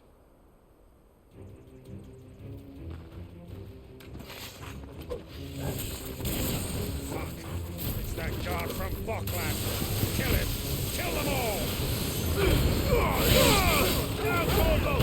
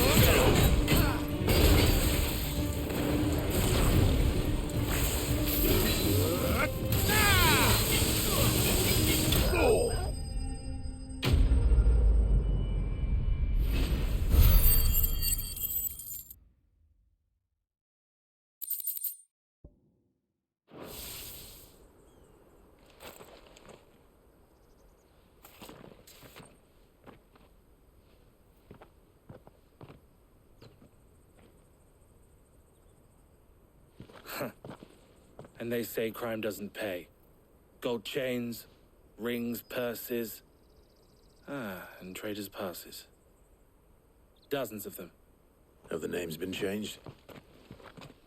Not yet. I recognize some of them. No doubt Goots's is somewhere among them. Now I just need to sort through it all and return everything to the people it was taken from. We should go and give Eloise the good news. Can we leave things here in your hands, Theodore? Of course. Oh, and, be sure to tell her of the part I played, won't you? We'll be glad to.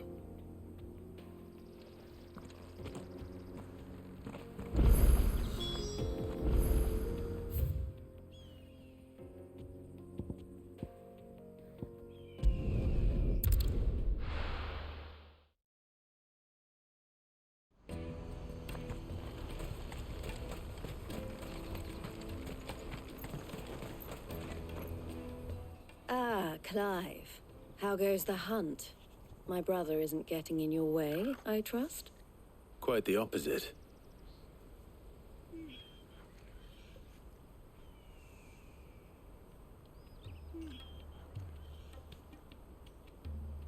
So it was the cast stones who were behind it all.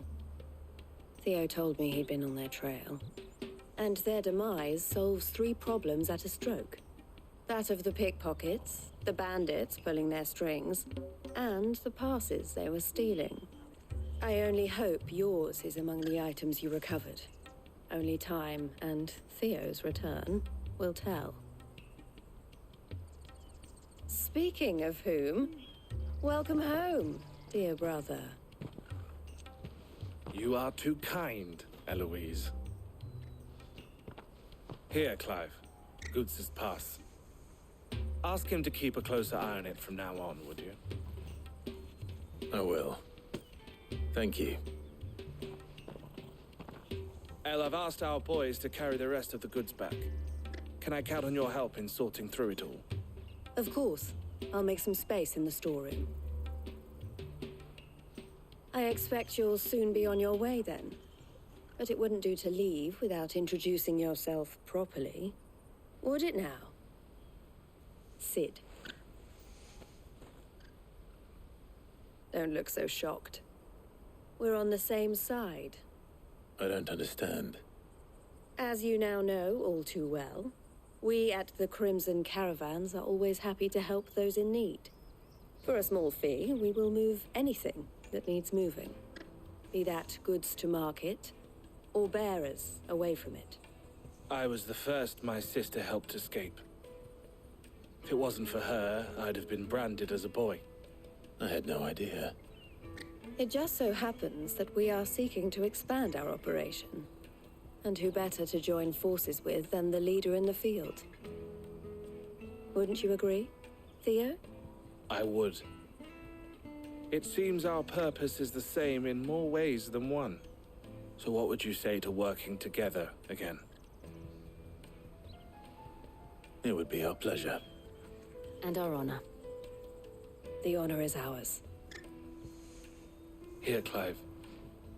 This is for you.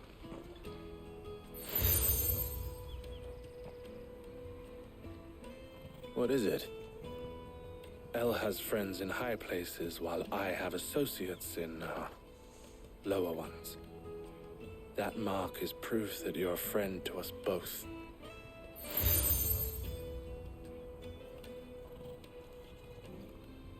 I shall bear it with pride. Well, all that remains is to wish you a safe onward journey. Goots's pass should secure you a place on the caravan, but if you encounter any difficulties, we would be delighted to provide you with a coach of our own. For a discounted price, of course. Say, 9 million? We'll try the caravan.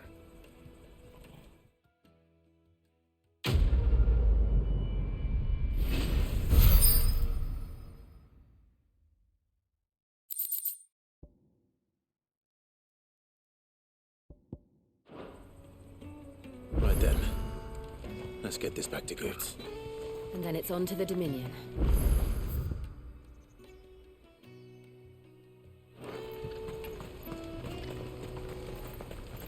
Let me carry your goods. Pardon me, but would you have that well-notched steel and impressive physique? I have need of a sword for hire, and yours looks to be a weapon well worth the coin.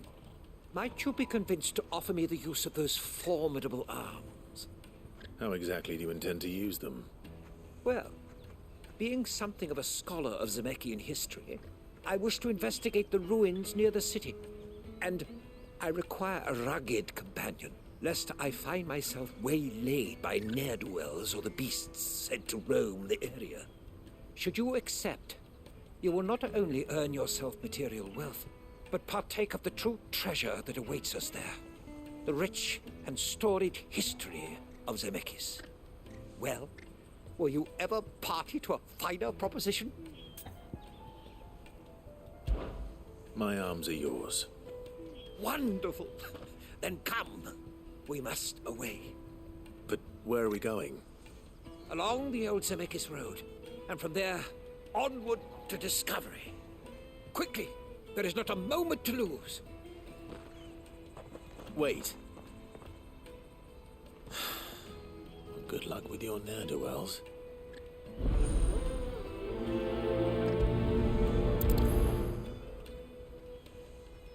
I'd better make sure he doesn't get himself killed.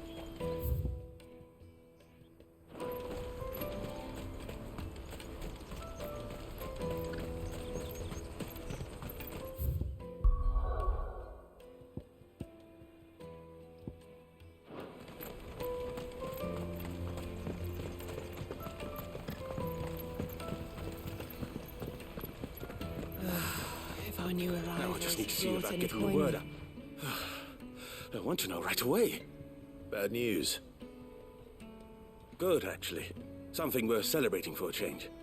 Only trouble is, the serving girl's still new to the job, so I can't leave her while I go and invite those I'd like to celebrate with.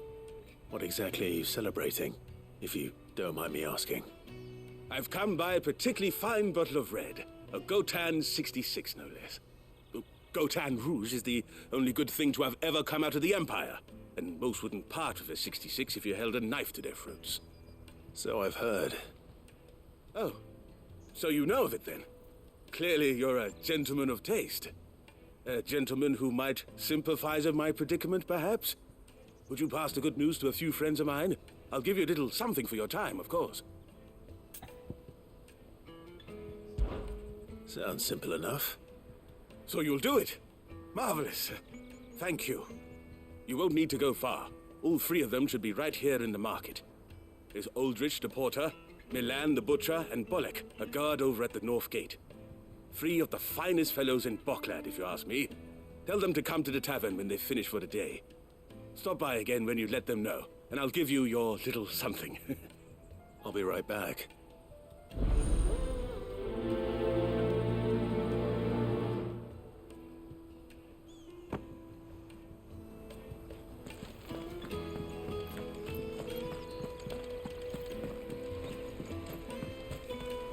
I hear the brothers found another victim.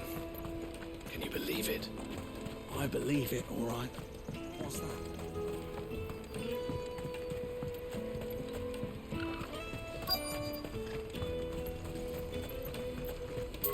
Out of my sight, wretch! I know you.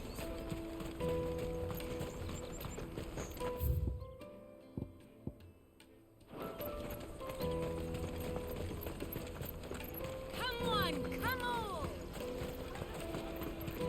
The caravan stops next to the checkpoint. Are you Milan, the butcher? That's me. What can I do for you? The innkeeper's just had a special delivery. He thought you might like to join him for a cup of wine after you pack up for the day. He knows me only too well. And I've got a ham here that will go handsomely with a nice drop. Wine and ham to spare. Boklad clearly isn't suffering then. Comes with being the place everyone has to pass through to get to everywhere else. Those who travel the Crystal Road bring all manner of goods with them. We get meat from Sanbreque, herbs from Rosaria. Why, sometimes we even see curiosities from across the Narrow. My old man knew what he was about when he set up shop here all those years ago. Anyway, thanks for the good news. Oh, you know what? Maybe I'll shut up shop early. Wouldn't want to keep our friend waiting.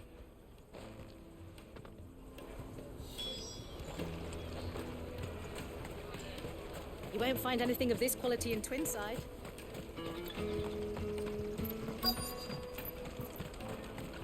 The Empire's your enemy, not us. I'm looking for Bolek. I was told he'd be guarding the gate. Well, you found him. You're not here to enlist, I take it? The innkeeper sent me. He's just taken delivery of a rare vintage, a Gotan 66. He thought you might like a cup. I've never said no to a goat hand. I'm not about to start now. Thanks for letting me know. You must be a busy man. The market would be flooded with refugees if we weren't here to stem the flow. Oh, my heart goes out to them, all right, but we've got our orders. No papers, no passage. Plenty try to slip past us nonetheless. And every now and then, one of them's foolish enough to try and force their way through. And when they do, well, things can get nasty. You know what? That wine's sounding better by the moment.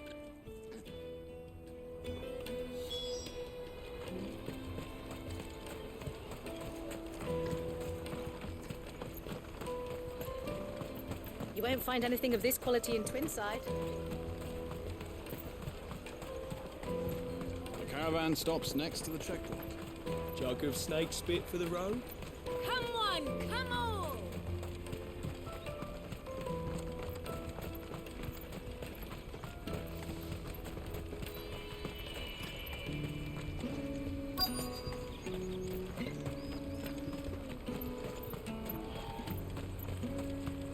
Hurry, man. I've been asked to find Aldrich, the porter. I don't suppose that's you, is it? That's me right enough. You need something delivered? The innkeeper sent me. He said there's a cup of Gotan 66 with your name on it when you're done for the day. A 66? Bugger me. If he's just got hold of it now, it must have been in the crates he had me carry down from Sanbreque. From the Empire to Boklad. You must be a braver man than most. That's a treacherous route at the best of times. Such is the porter's lot. There's not a patch of storm these feet haven't traipsed across. It's Oriflamme one day, then off to Canva the next.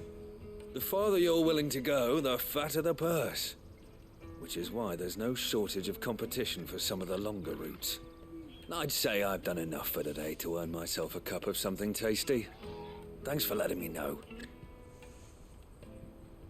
Well done. I wonder if the innkeeper might spare a cup of that wine.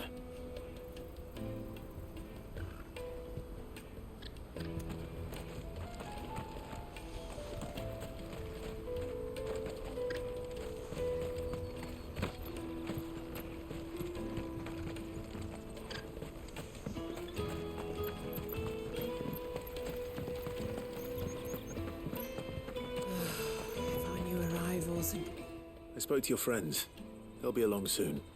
That's fantastic news. Thank you kindly. It's been a while since we all sat down together. And the way I see it, that wine is as much theirs as it is my own. How so? Well, I wouldn't be serving anything but slops without Aldrich to go and fetch the good stuff for me. And then there's Milan, who always sends customers my way. And Bolek, an even-handed keeper of the peace, if ever there was one. Those three are the backbone of Boklad. Lose any one of them, and the market would soon fall apart. And without the market, I wouldn't have a single customer. I'd say that's worth a bottle of 66, wouldn't you? And more besides. Everyone needs a shoulder to lean on. Be they world-weary innkeepers or brooding swordsmen. Right, I'd better prepare for my guest's arrival.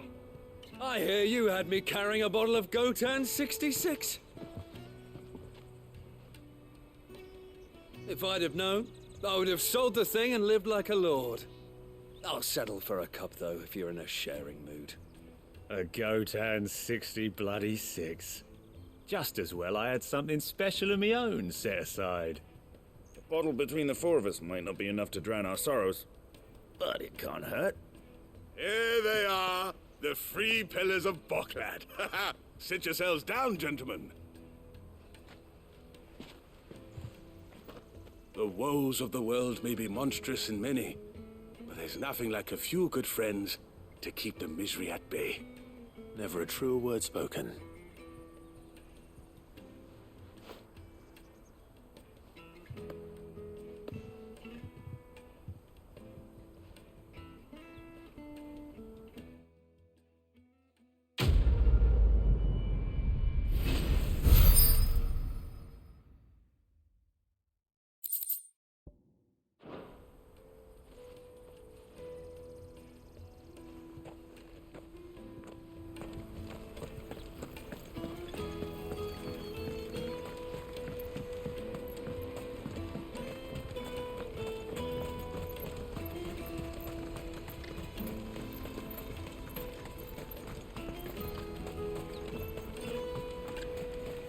For hire. I see you've been of some assistance to Eloise. Perhaps you can extend me the same kindness? Perhaps.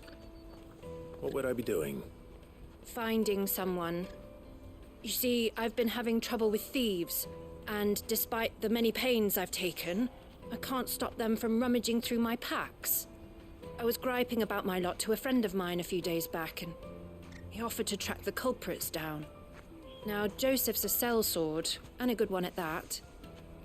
But he's been gone days, and I'm beginning to fear the worst.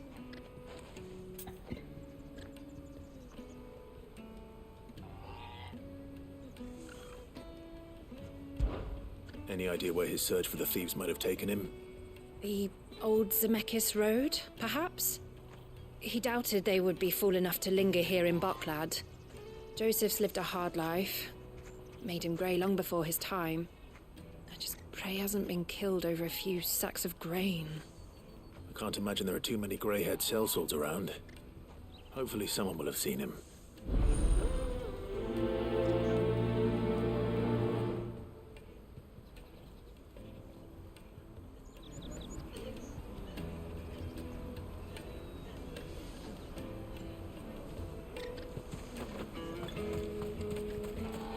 that then?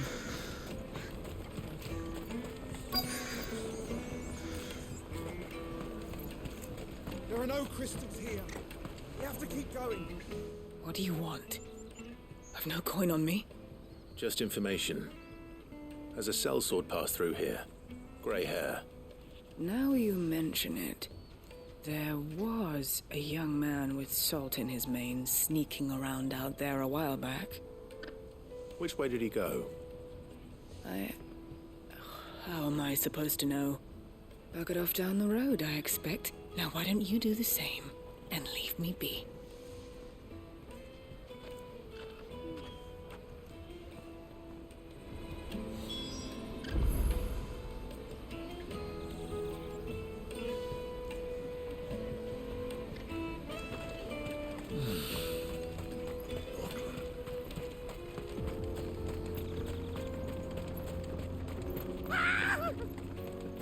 Why am I not surprised?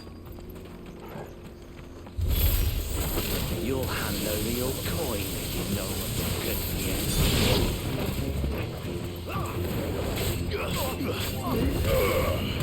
Get him! This one!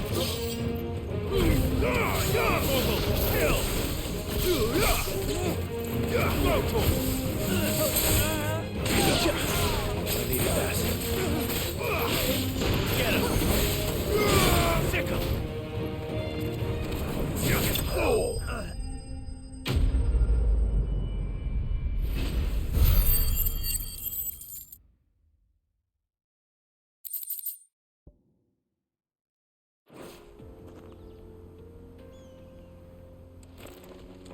Are you hurt? Happily not, good sir. Thanks to your timely intervention. More importantly, we have arrived. Now, feast your eyes upon the marvel before us. Ruins, a relic of the fallen civilization. A sight so common that man is oft blinded to its wonder. Colossal vessels, dashed from the very heavens. Airships, we call them, with very little thought to what wonders such a word might describe. Oblige me if you would. Does anything strike you as peculiar about this particular specimen?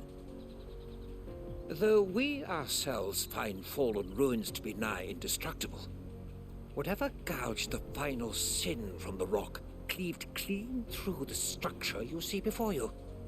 A tantalizing mystery, no doubt, but merely one of countless enigmas in which Zemeckis history is steeped. Come, good sir. Our expedition continues, and we still have much to learn.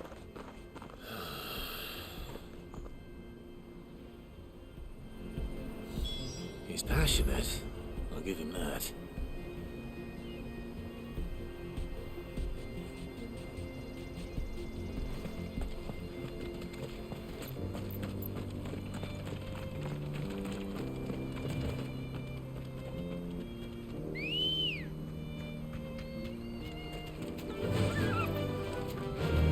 Faster!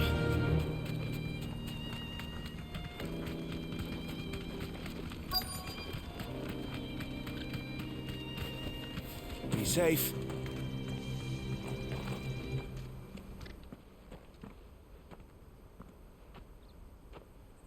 We don't want any trouble. Neither do I. I'm looking for someone. A grey-haired mercenary. Well, we haven't seen him. Yes, we have. We saw him climbing up the rocks. Those ones, over there. Maybe he found his thieves. Mum won't let me near them. She said there's goblins up there, and that they eat little boys for dinner. Shush now. You've said quite enough already. I only told him what you said. I'd listen to your mother if I were you.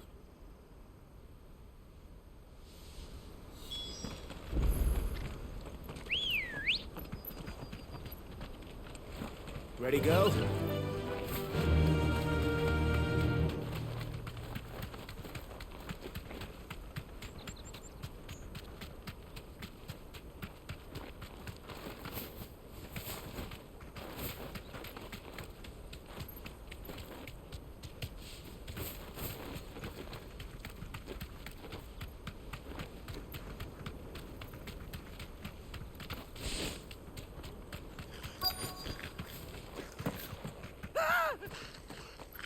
Nordic.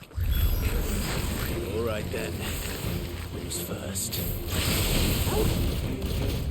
This one. Over here.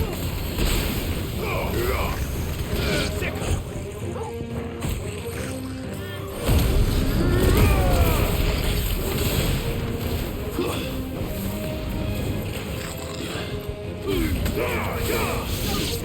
Kill!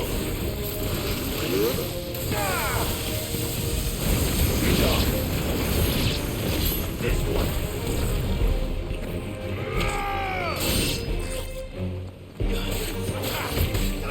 Over here!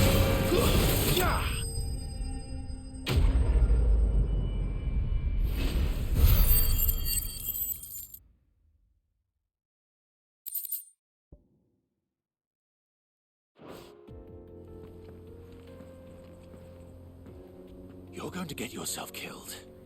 Oh, that would not do. That would not do at all. Not when such majesty stretches out before us. Behold, the final sin in all its glory. As Moss tells us, a battle was fought here in ancient times. A battle of such ferocity that it tore a great crater in the very land upon which it was waged. In reaching for their holy sanctum, did man enrage the gods, and great was the vengeance that was rained down upon him. Alas, the full truth of the matter is lost to time, though I live in hope that I might see it discovered. But we must not dwell upon such things. There is more yet to see. Onward! History awaits!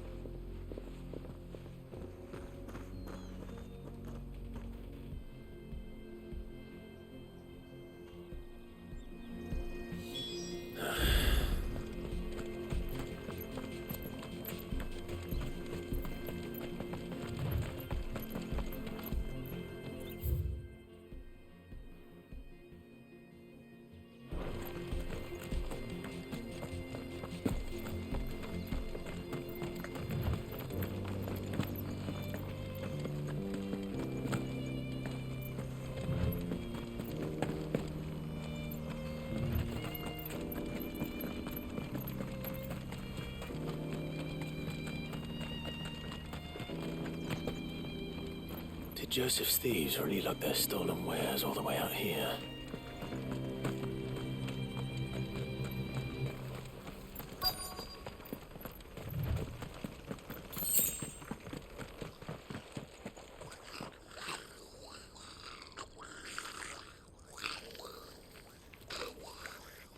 I think we found our thieves. They don't look happy to see me.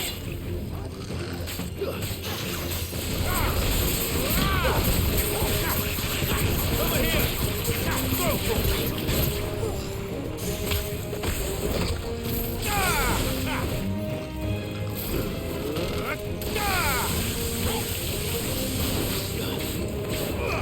This one. Go to him. Sick of it.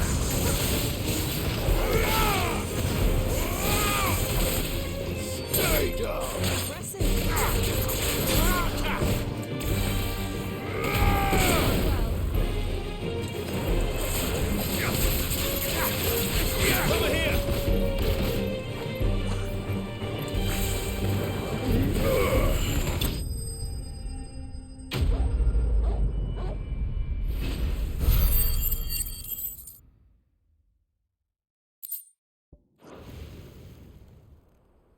Let's get this over with. Stop! Don't kill him, he's just protecting his home.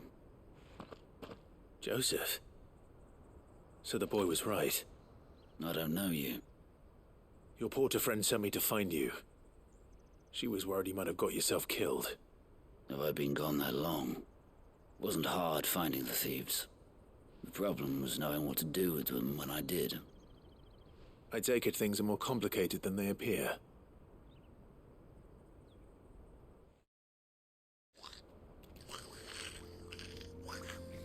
I'd all but ruled out bandits before I even left the market. You know where that is? Because our thieves had no interest in gold or gems, or anything they couldn't eat for that matter.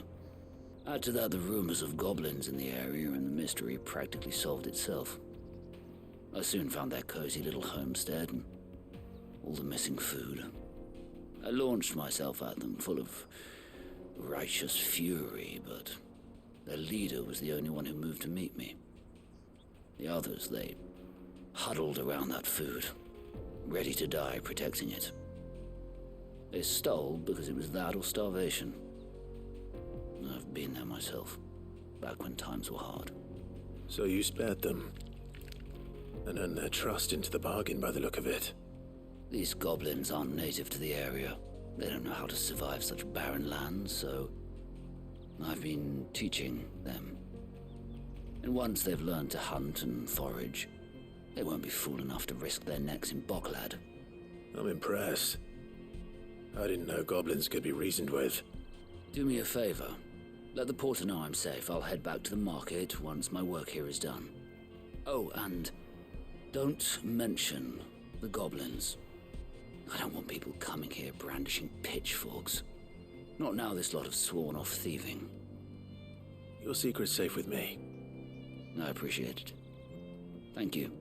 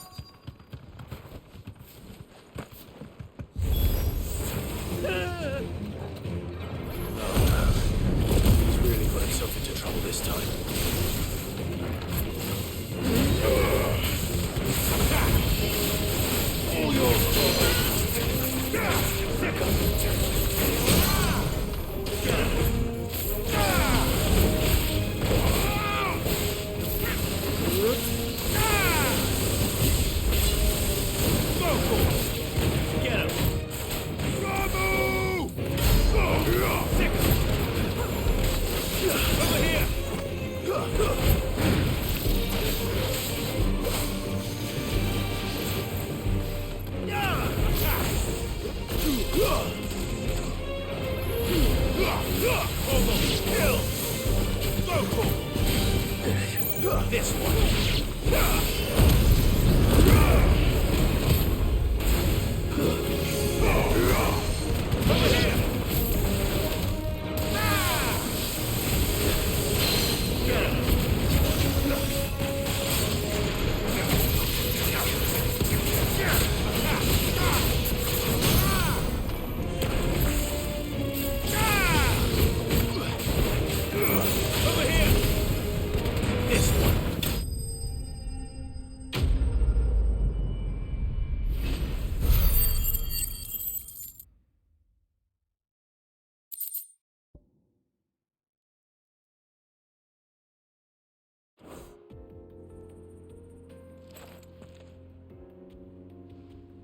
Still in one piece? It would seem so. Once more I am in your debt. And once more you impress me with your prowess.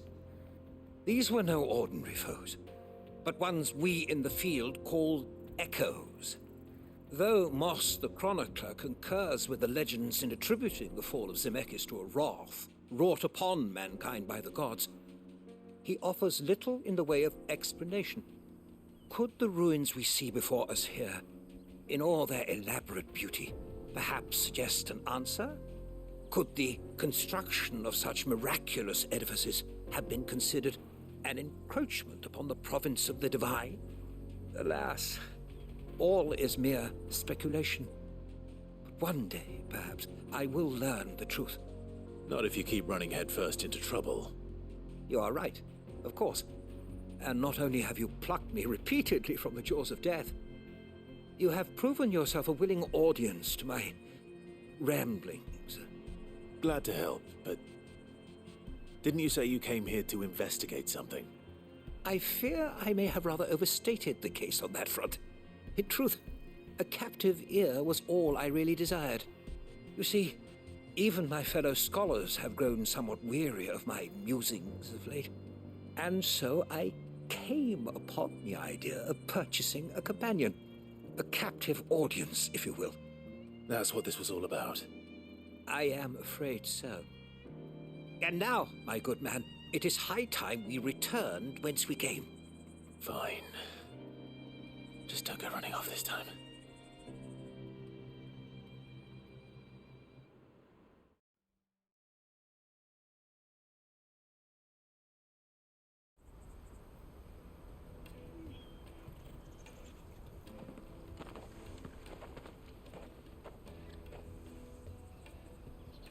And so ends a delightful day. Here, your reward for humoring my selfish whims, plus a little extra for the trouble I have put you to.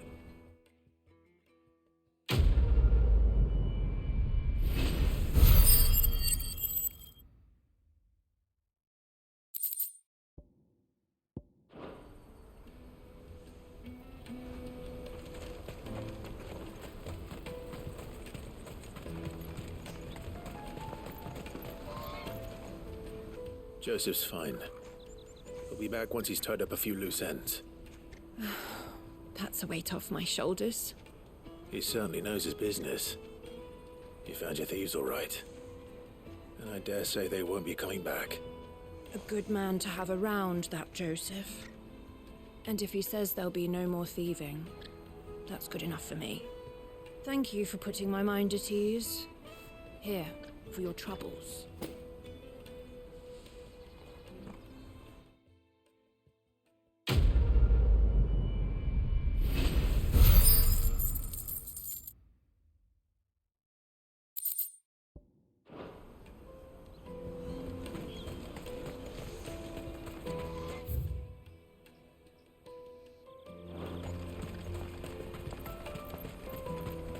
Let me carry your goods. I'm cheap.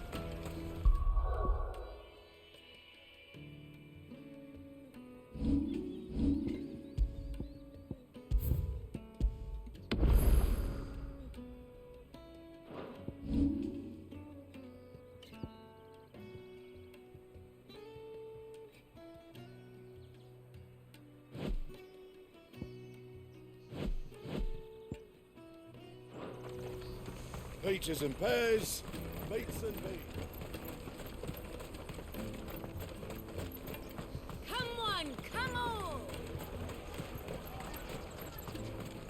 Juicy pears, slake your thirst. What I really want to be is... Here you are, good. Try not to lose it again. Me pass! You found it! Oh, thank you so much. Nan would have killed me if I'd come back without it. I'll have to say thanks to Elle and Theo, too. So should you, Honza. You and your friends don't have to steal anymore. If anyone threatens you again, you know who to turn to. We do. And we already have. Miss Elle's given us a job shifting the chocobo shit out the stables. It's hard work, and the pay isn't half what we got from the Stones. But if we stick at it, we'll keep ourselves fed. You stick at it then. And Goots, I'm sorry for stealing your pass. That's all right. I've got it back now. And all's well that ends well, eh? You said you're trained to be a blacksmith, right? Well, I'm gonna be your first customer. I'm gonna save up all my gil and get you to make me a massive sword. I'll do me best. Till then, eh?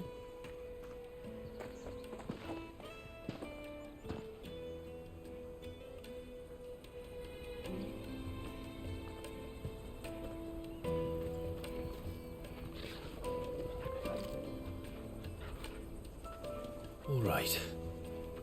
We have a place on the wagon.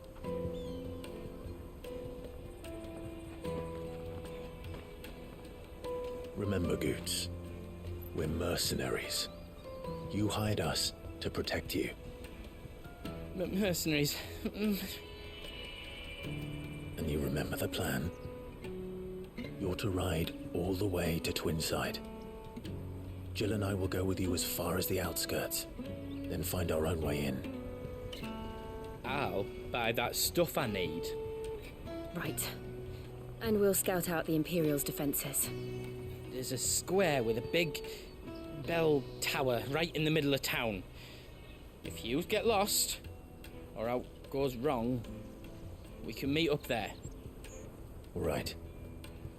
Let's go.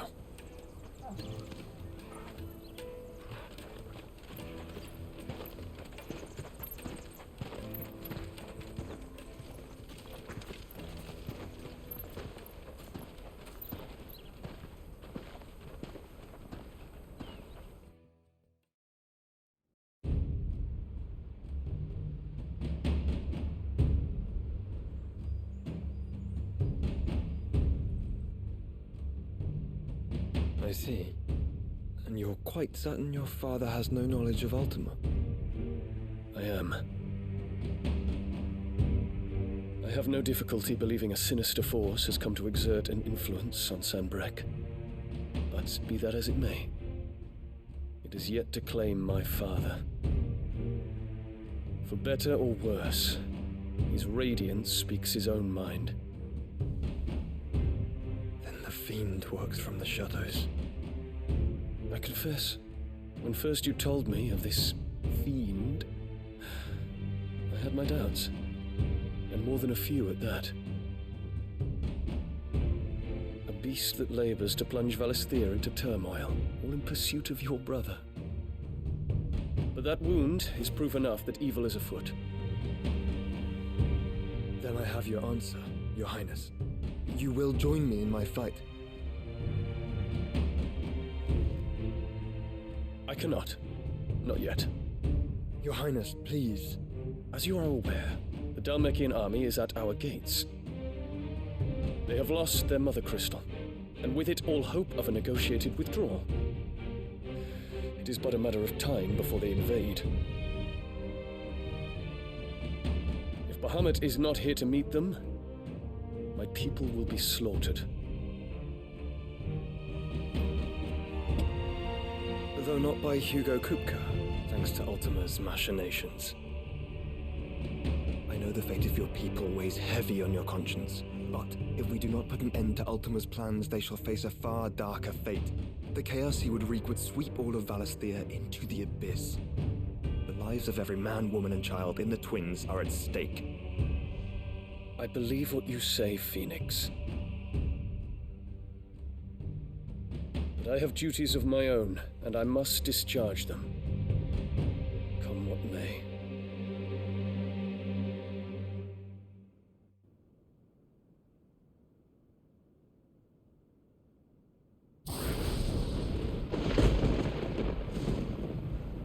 What do you know of my blood?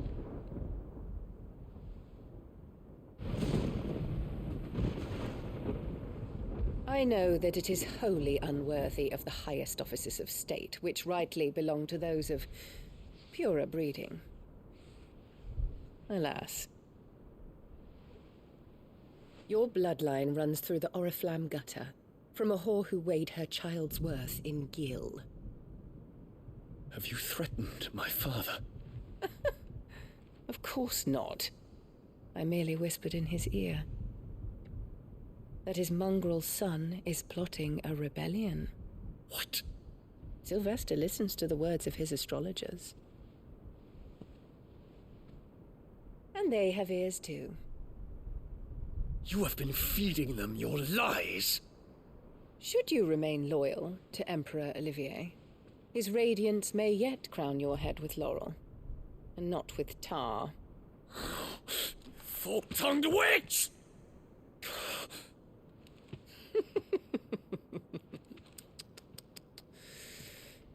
In consideration of your long years of service to the Empire, I shall forgive this uncharacteristic rudeness.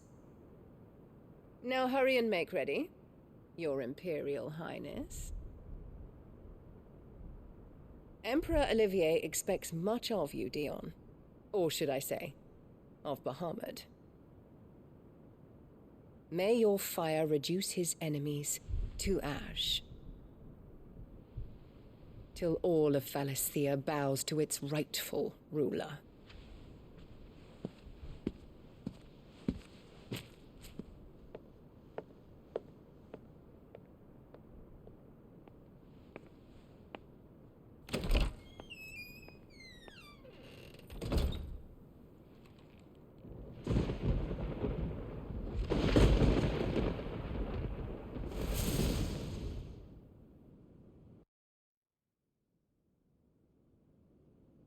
There is another darkness that has taken hold of Sanbreque. And until its grip is released, the flames of war shall spread ever wider, just as Ultima wishes. Forgive me. My family has caused you much grief. You are not her keeper, Phoenix. This is a matter for the Imperial household now, and as a member of that household, it falls to me to resolve it. At such time as that is done, what strength I have shall be yours.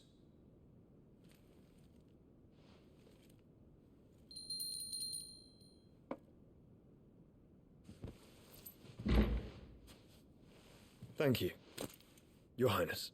Let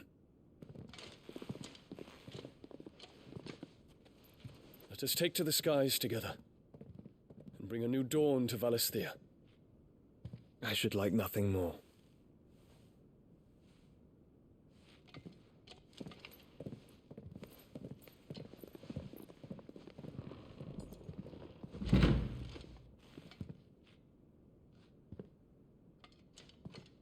Terence. My prince. Tell me true. Do you believe what I'm about to do is wrong? We dragoons have but one leader, Your Highness. And we shall follow him unto the very end. Thank you. This is my decree. For their crimes against the crown, the traitorous Annabella and her usurping son shall be put to death, and the Empire restored.